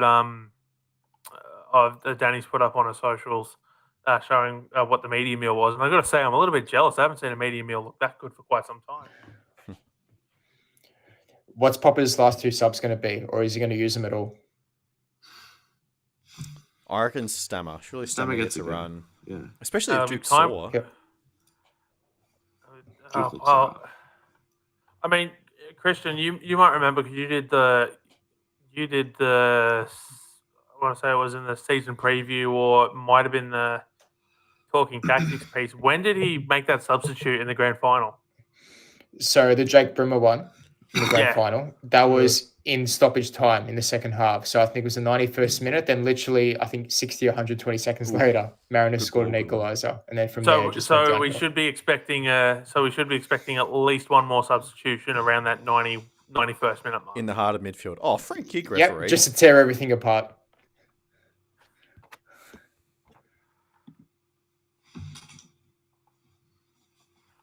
Volupale gets his Oh, Volupale cap. coming on for Get the on first this. for Goodwin, right? He deserves it. He deserves For it. Duke. Go on. No, for Duke. Go on, Nish. Weird. Well, he's obviously not Playing him through the 100%. middle. Who is going to go central? I'm still confused as to why he was called up, to be honest. But Yeah, I can't say I. Has he played striker much? okay, so he had a brief go when Fornaroli was away at the Asian Cup. Yeah. Didn't really impress. I thought Economidis did a good job, but then he played in that Perth game, and then Popovic, for some reason, changed Economidis it. did the best job, I think, out of the options. Yeah. I'm not Why- saying why it was... is- Why is Volupale getting chance up top? He's going straight to the middle when Stammer's there. Is he fully saving him? Surely 10 minutes here won't hurt. Yeah, no, odd. I find that odd. He does it. Popper. It doesn't help himself, does he? He's not. I feel like he's. Well, I mean, he knows Volupale. Like, he knows things that we don't, so... I understand that, but at the same time, How do you learn about somebody if you don't give them a chance? And I don't know. yeah, Yeah. I don't know. I I'm just not convinced that when you look at the talent that's available, and I understand we've got players that are injured and whatnot, but like when you look at all the talents that's available, surely there's better than what Volupale does. Like I understand what may be working in his favor is his Australia Cup form, but you know. Yeah, but he That beat was down a on lot- NPL teams, and Sam That's just what said I was. the same I was thing. literally Yeah. about to say that. It's literally it was NPL sides, one of whom had wasn't impressive basically in the been out of final. season for a couple of weeks in NWS You can- Spirit. If I remember, you can only the play timeline who's in front of correctly. you. Like, no, I get that, but I also It's well, still hang less on. impressive. Yeah, like you know, it comes up against A-League opposition in Adelaide United. Although, No, I can you agree. really call Adelaide United A-League opposition with Oh, that's the way harsh. they've been playing? That's harsh. They played fine Jacob- in that game. Jacob was No, starting to be they did. optimistic about it, and now Politis just played it down again. Jacob, yeah. But like you know, they come up against A-League opposition and just was very ineffective in that game from what I saw. And then you look at his A-League stats from last year, 3 goals, 2 assists, or 2 goals, 3 assists, and that's been a theme throughout his career. Is there's only, I think I saw the most goal involvements at 7. Mm. If my memory serves me correctly. Like it's not, and that's a pretty large sample size. So it's not like he's been that impressive throughout his career. But like, like I get the Popovic knows him argument, but at the same time, it's for the national team. Can't really be resting on this idea we're going to get results, because if we were getting results, Graham Arnold would still be in charge, and he's not. Come on, Suits. I don't know. Maybe I'm just being too pessimistic here. Yeah, I think you're right. What, is in Paletti's right, or the right that they're being too pessimistic? What's going on here? No goal. It was out. Hey! Had a bit of fun. Goodwin has 2. Kidding. Oh, that ball wasn't out. That was in. Absolute mile. In the oval. That's like, what, 2 meters? All right, come on, guys. Like 5 more minutes plus injury time to see out. Surely we can do that. Don't say that. Reminder that Japan beat these guys 7-0 in the last window. I was about to say that as well. That's right. You'll be saying it next week as well. When Japan beat us 7-0. Yeah. 2 more scores. Come on. We hope so. Wouldn't it be nice? A little bit of breathing room just for once. So, Christian, is the script that Popovic makes a change at the heart of midfield in injury time and then we lose it? Lose the lead? Yeah, I was just saying to Paletti before, that's exactly what's going to happen. But who would it be, though? I'm trying to think on the bench. Who are the other it's gonna options? be like Bacchus for O'Neill or something. Something weird like that. Like just pointless, right? An excuse to see out the game, but it backfires. Hopefully it's not the case, but... We're going to have a hell of a clip if it comes off. Go on, McGree. Oh, what a touch. Ooh, Hit it, boss. clearance off the line. Oh, he slipped. Ooh. See, look at that, though, from McGree. Still No one on else here. would do that little tippity tap over the top. Could be back on here from a throw in.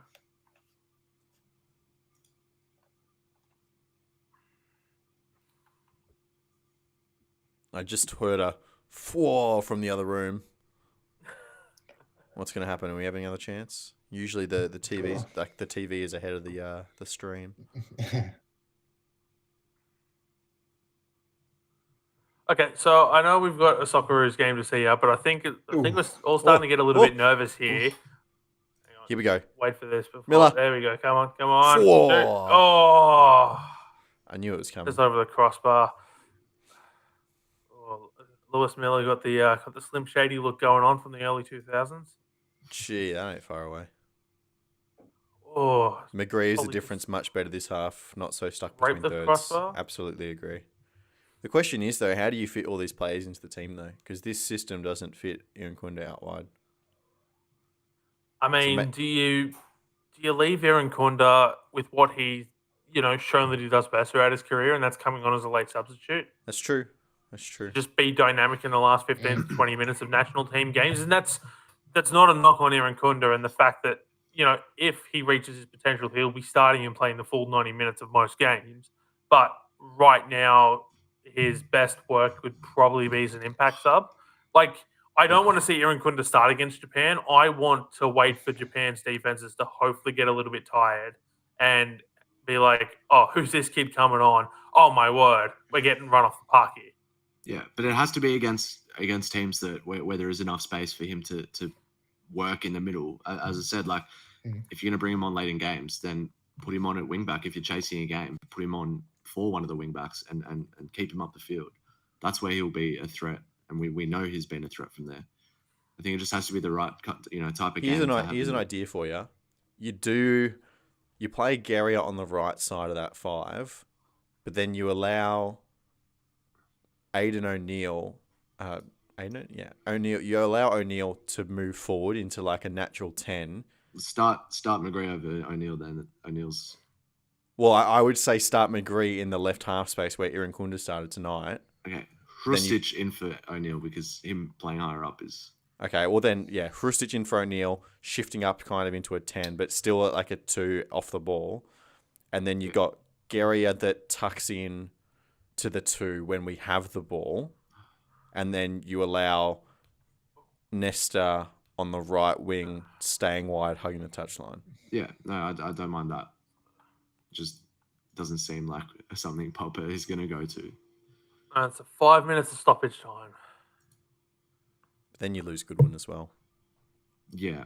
I don't know how you. Which Goodwin definitely can function in that inside role. Like he's a lot more comfortable in spaces. But this system, so the 3-4-2-1, basically it is, with that kind of Christmas tree front line. It's you're more used to seeing a number 10 there rather than a winger. So it's a bit kind of odd that we've got both Irankunda and Goodwin in those roles when we were expecting them as our wide wingers and that's we're expecting that as the lineup. But traditionally it's been more of that central player who plays in that role. You got Havertz at Chelsea in that role. Those kind of players, a 9.5 ish, you could say. So I don't think it gets the best out of Irankunda for sure. That chewing gum from Pop is getting a workout. How many pieces do we reckon he's gone through in this game? Or is it the same piece that he started with and it's just lost all flavour by like the 30th minute mark and he's just chewing this flavourless wad of I saw gum? him with a big packet of Big League Chew. I saw him there. I prefer the 5 gum personally, the sweet mint. I used to go for the Old Cobalt team, one, the blue one, but they don't they stopped making it in Australia a number of years ago. Unfortunately. Oh, good turn, McGree. Oh, it's good. Go, boss. Penalty? Oh, Yes! I'm celebrating. It's Nish! Nish scores! Oh, Go on, Nish! That's crazy. Go on, Nish. I love that Nishan for him, actually. Valupale. I love that. I mean, for let's him. be honest. Anyone's finishing that, but good on him. Yeah. Let's go. Hey, I mean, it was a penalty. Paletti, apology. Where is the apology for Nish? I want an apology here, right Graham. now. Okay, Graham Arnold, calm down. Calm down, Arnie. Oh, Paletti, Nishan Valupale. Paletti, the look on your face was pure disgust. Let's go. Nishan Okay, so Valupale. that's Go on, goal son. debut for the Socceroos. Go on, son. Okay, so that's 3 points wrapped up. Who do we want to see start against Creativity, Japan? boss creativity. Yeah, that's just awesome. Attacking intent there, and I don't think you said anyone finishes that. I don't think so. That's still a tough no, kind of that touch. is- Yeah, seen the replay, I've it was a seen good so finish. many of those goals in the A-League just completely butchered to that's, crap. That's still a really I mean, good finish, do you not remember Paddy Wood last year in Gosford? Like that was absolutely like not. I've seen so many people miss from there. Like Sam says Popovic masterclass. Yeah. We have to wait for a little while for that line to come out. all it is the new manager bounce. Oh, but I'm not giving that anyone whole, credit. The only thing I'm giving credit is the new manager bounce. That's it.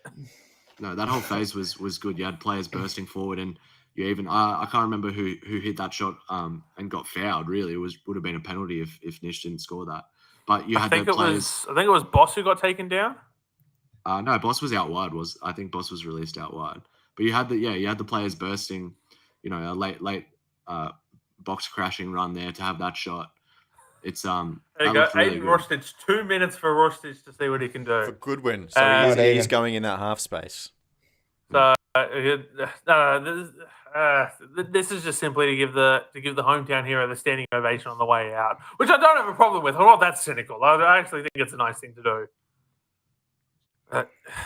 I would have liked to have seen Rostich get more than 2 minutes, but It doesn't. maybe he was one of those people who didn't get into camp until Wednesday morning or something. Like Papa was saying, has had some come in at the last minute, so maybe that's why he's only getting 2 minutes.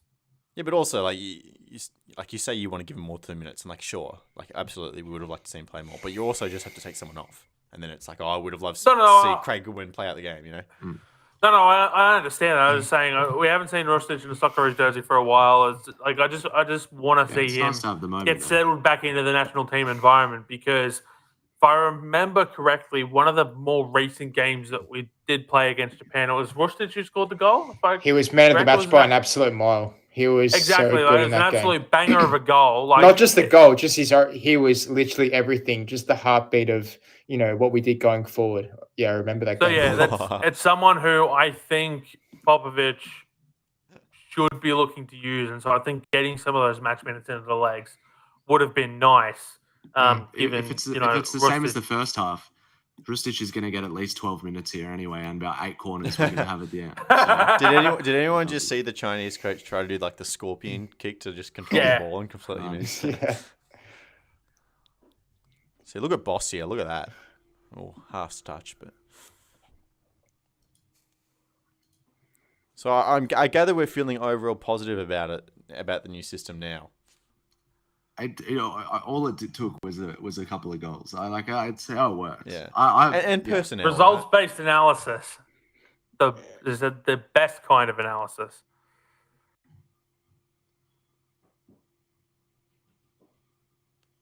Focus now. Well done, according to Popovic from the sideline. We are now 6 minutes down of 5 added time. There has been no goals. And wait, was there a... Yeah, that goal. Yeah, the goal was in added time, wasn't it? Yeah. So it's confirmed, It right? was. We're winning the World Cup. Like, this is it. We are on the up. We are on the up. We've got Nish in the form of his life. Oh, we are going to win the World Cup. This is it.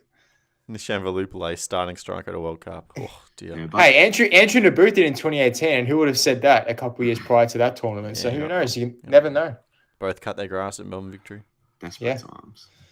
I've been That's told what- the Americans are winning the World Cup with Mauricio Pochettino, so I don't think. Look, I'll tell you what. I'll tell you what. I will gladly see the Socceroos swap places with England at a major tournament. Okay, I'll take second. I'm happy with that. Clutch says 2 goals since Paletti made a reference. Don't think that's a coincidence. Thank There we you, go. Clutch. The Thank you for full-time your whistle support. has gone. The Tony Popovic era starts with a win. Australia 3, China 1. Christian, let's go to you. Let's get some What have I reflections been on the telling you? match. It's that new manager bounce. Yeah, from me, well, I mean, obviously, not a sluggish start, but you can tell that it took a bit of time for us to really settle in. And you just, I guess, with Popovic coming in now, obviously, it's going to take a bit of time to get his ideas across. But, you know, we settled in after we conceded that goal, bit of a mix-up at the back between, I think it was Harry Suter and Kyle Rouse. And then after that, Australia, we always had a lot of possession. We dictated the play, but it just when we're in those final areas in the 18-yard box, just too many passes in a round, just not enough conviction. And then that goal right before the break from Lewis Miller, that set piece really opened the game up in the second half because it made China second guess. And that's what I said at the end of the first half, where Australia just needed to create more clear-cut opportunities just to make the Chinese defense, second guess on, what we're going to do because we're a bit too predictable for most parts of that first half. And then second half, I thought Popper made the right changes. That Goodwin goal, that worldie helped outside the box, then you take that every day.